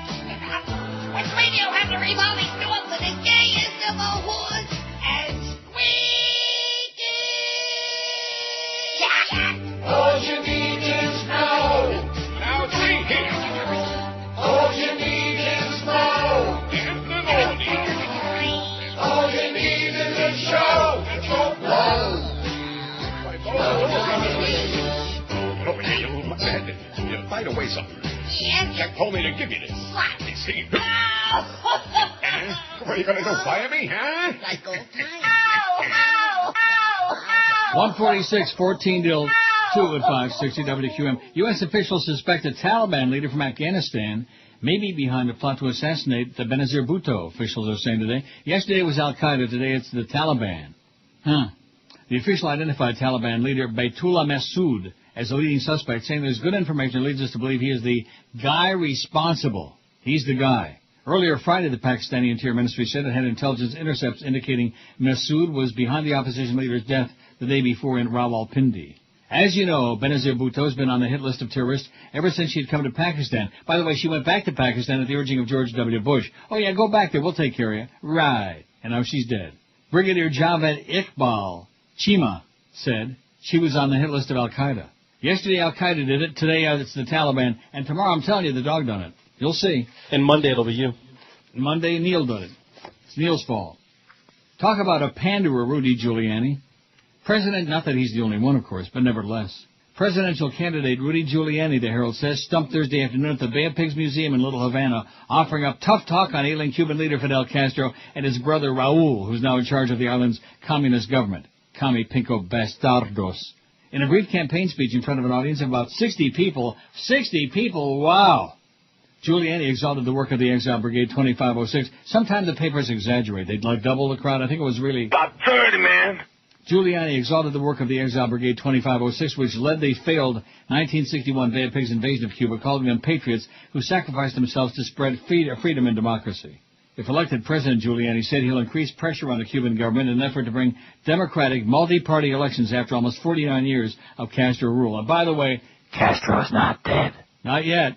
We will not accept attempts to preserve Castroism in any form, said Giuliani, who wore a white plastic bracelet inscribed with the word cambio or change. Cuba, I hope and pray, will move closer to freedom, he said. Panderer. Next thing, he'll be eating cheese blintzes in Hollywood, just like that worked well for Wesley Clark 4 years ago. Remember that? That worked really well. He was at the deli den eating blintzes. Well, I sure wish I could get some good cheese blintzes. Man. Giuliani's visit came after a recent surge by former Arkansas Governor Mike Huckabee, currently his main competition in Florida polls. Supporting Giuliani were Florida Attorney General Bill McCollum, Hialeah Mayor Julio Robaina, County Commissioner Carlos Jimenez, and Representative Rene Garcia, whose district includes Miami Lakes and Hialeah. Giuliani stressed his past opposition to Castro, including barring Castro from New York City-sponsored events during the UN's 50th birthday party in 1995, and renaming the corner of 38th Street and Lexington Avenue Brothers to the Rescue Corner in honor of the victims of planes shot down by the Cuban government in 1996. There's a tendency in America to romanticize the Castros, Giuliani said, even Bernadette Castro. Somehow they can't seem to grasp the truth of what he's all about. The few Miami-area residents at the event were pleased with Giuliani's talk. Elsa Chartier, a Cuban-born retiree living in the Westchester neighborhood, said her whole family will vote for him. I believe in him, Chartier said. I think he doesn't care what people think of him. All the Republicans are good, but he has the most guts. All the Republicans are good. All the Democrats are bad. All the Republicans are good. Republicans be good. Democrats be bad. Comunista, comunista, comunista. She didn't say that, but I did. For Juan Jose Gonzalez, a Bay of Pigs veteran, member of the museum's board of directors, it was Giuliani's personality that stood out. He has presidential charisma, Gonzalez said. You can tell he's speaking from the heart, that he's not just like any politician, most of whom don't have 85 wives. Giuliani didn't spare any praise either. You made us better by your presence, he said, referring to the Cuban community in the U.S. I feel a personal commitment to you. Panderer, phony baloney. I wonder if he was eating fajitas or matzo balls, huh? Or maybe he was eating some pepperoni pizza from 34th Street in New York. Huh? You ever have pizza in New York? Yes. So you have been to New York? Yeah, my family lives right outside of New York. Well, as in where? In New Jersey, Bayonne, East Rutherford. East Rutherford by the Meadowlands. See. The Meadowlands. You know what they're doing at the Meadowlands, don't you? What's that? They're racing. Let's go on the racing channel. Oh, 1 minute till the 4th race at Tampa Bay Downs. You know, that's one track I've never been to, and I don't know why, Tampa Bay Downs. I've been to Tampa Dog Track, and the old Derby Lane in St. Pete's been closed 100 years. Dog track. Ever go to the dog track? No, never been to the dog track. Oh, here comes the bunny, and guess what? There goes your money. It's okay. It's fun. It has its moments. Of course, those dog-raising opponents, oh, well, they breed them and they kill them and they... Anyway, let's take a look at that poll, final peek at the poll, because the Freepers haven't started yet, but they will. I wouldn't be surprised by mid-afternoon if Ron Paul's got 40 trillion votes. Of the people running for president, who's your choice? We got 557 votes, and this is a new poll we put on at 10 this morning. Not too bad, huh? I bet we shocked the hell out of you. You never thought we'd do that well, did you? Nope. On a Friday before New Year in the middle of these holidays. And guess what? I still don't like the holidays. I get one guy there on the MySpace thing giving me a song to dance about. Oh, you're wrong. The holiday. That's my opinion. Okay, Grinch. No, I don't want to mess anybody else's good time up. I'm just happy this when is they're not over for you. with. They're annoying. It's not Nisht Famir. That's right. That's what they say in Pakistan. Nisht Famir. Barack Obama 126. Hillary Clinton 71.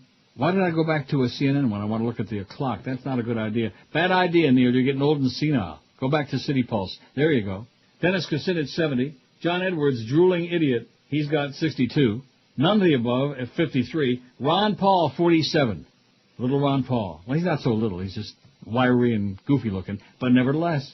Rudy Giuliani 34. Joe Biden 22. He hasn't made much of a move yet. He's just Biden this time. He's got no chance. A whole bunch of these people with no chance. But, they're raising a bunch of money, and who knows who the hell's going to get it. Send it to us, okay? We can use it. Bill Richardson 17. Fred Thompson's got 12. Mike Huckabee 11. John McCain 11. Mitt Romney's got 8. Mike Gravel's got 7. And poor Chris Dodd, man, he can't catch a break.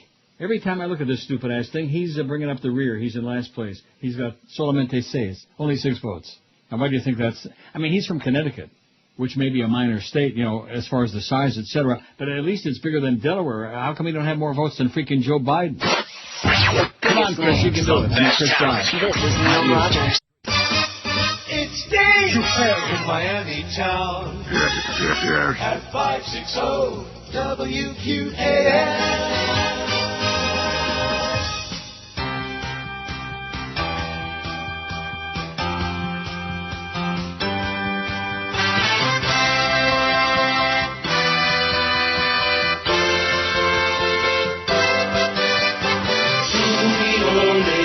Sunni's gonna get you. Sooner or later, the Sunni's gonna get you. Sooner or later, the Sunni's gonna get you. The Sunni's gonna get you. In the war you'll never win.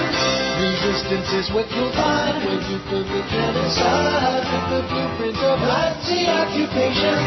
Iraqis try to defend their home against us instead of the Saudis that can serve retaliation. Sooner or later, the Sunni's gonna get you. The Sunni's gonna get you. In the war you'll never win. You leave no child behind by sending them off to die in a war that's insane and homicidal. One symptom of genocide is that the people you find with nothing to lose get suicidal. Jesus was God. Jesus was God. Jesus was God.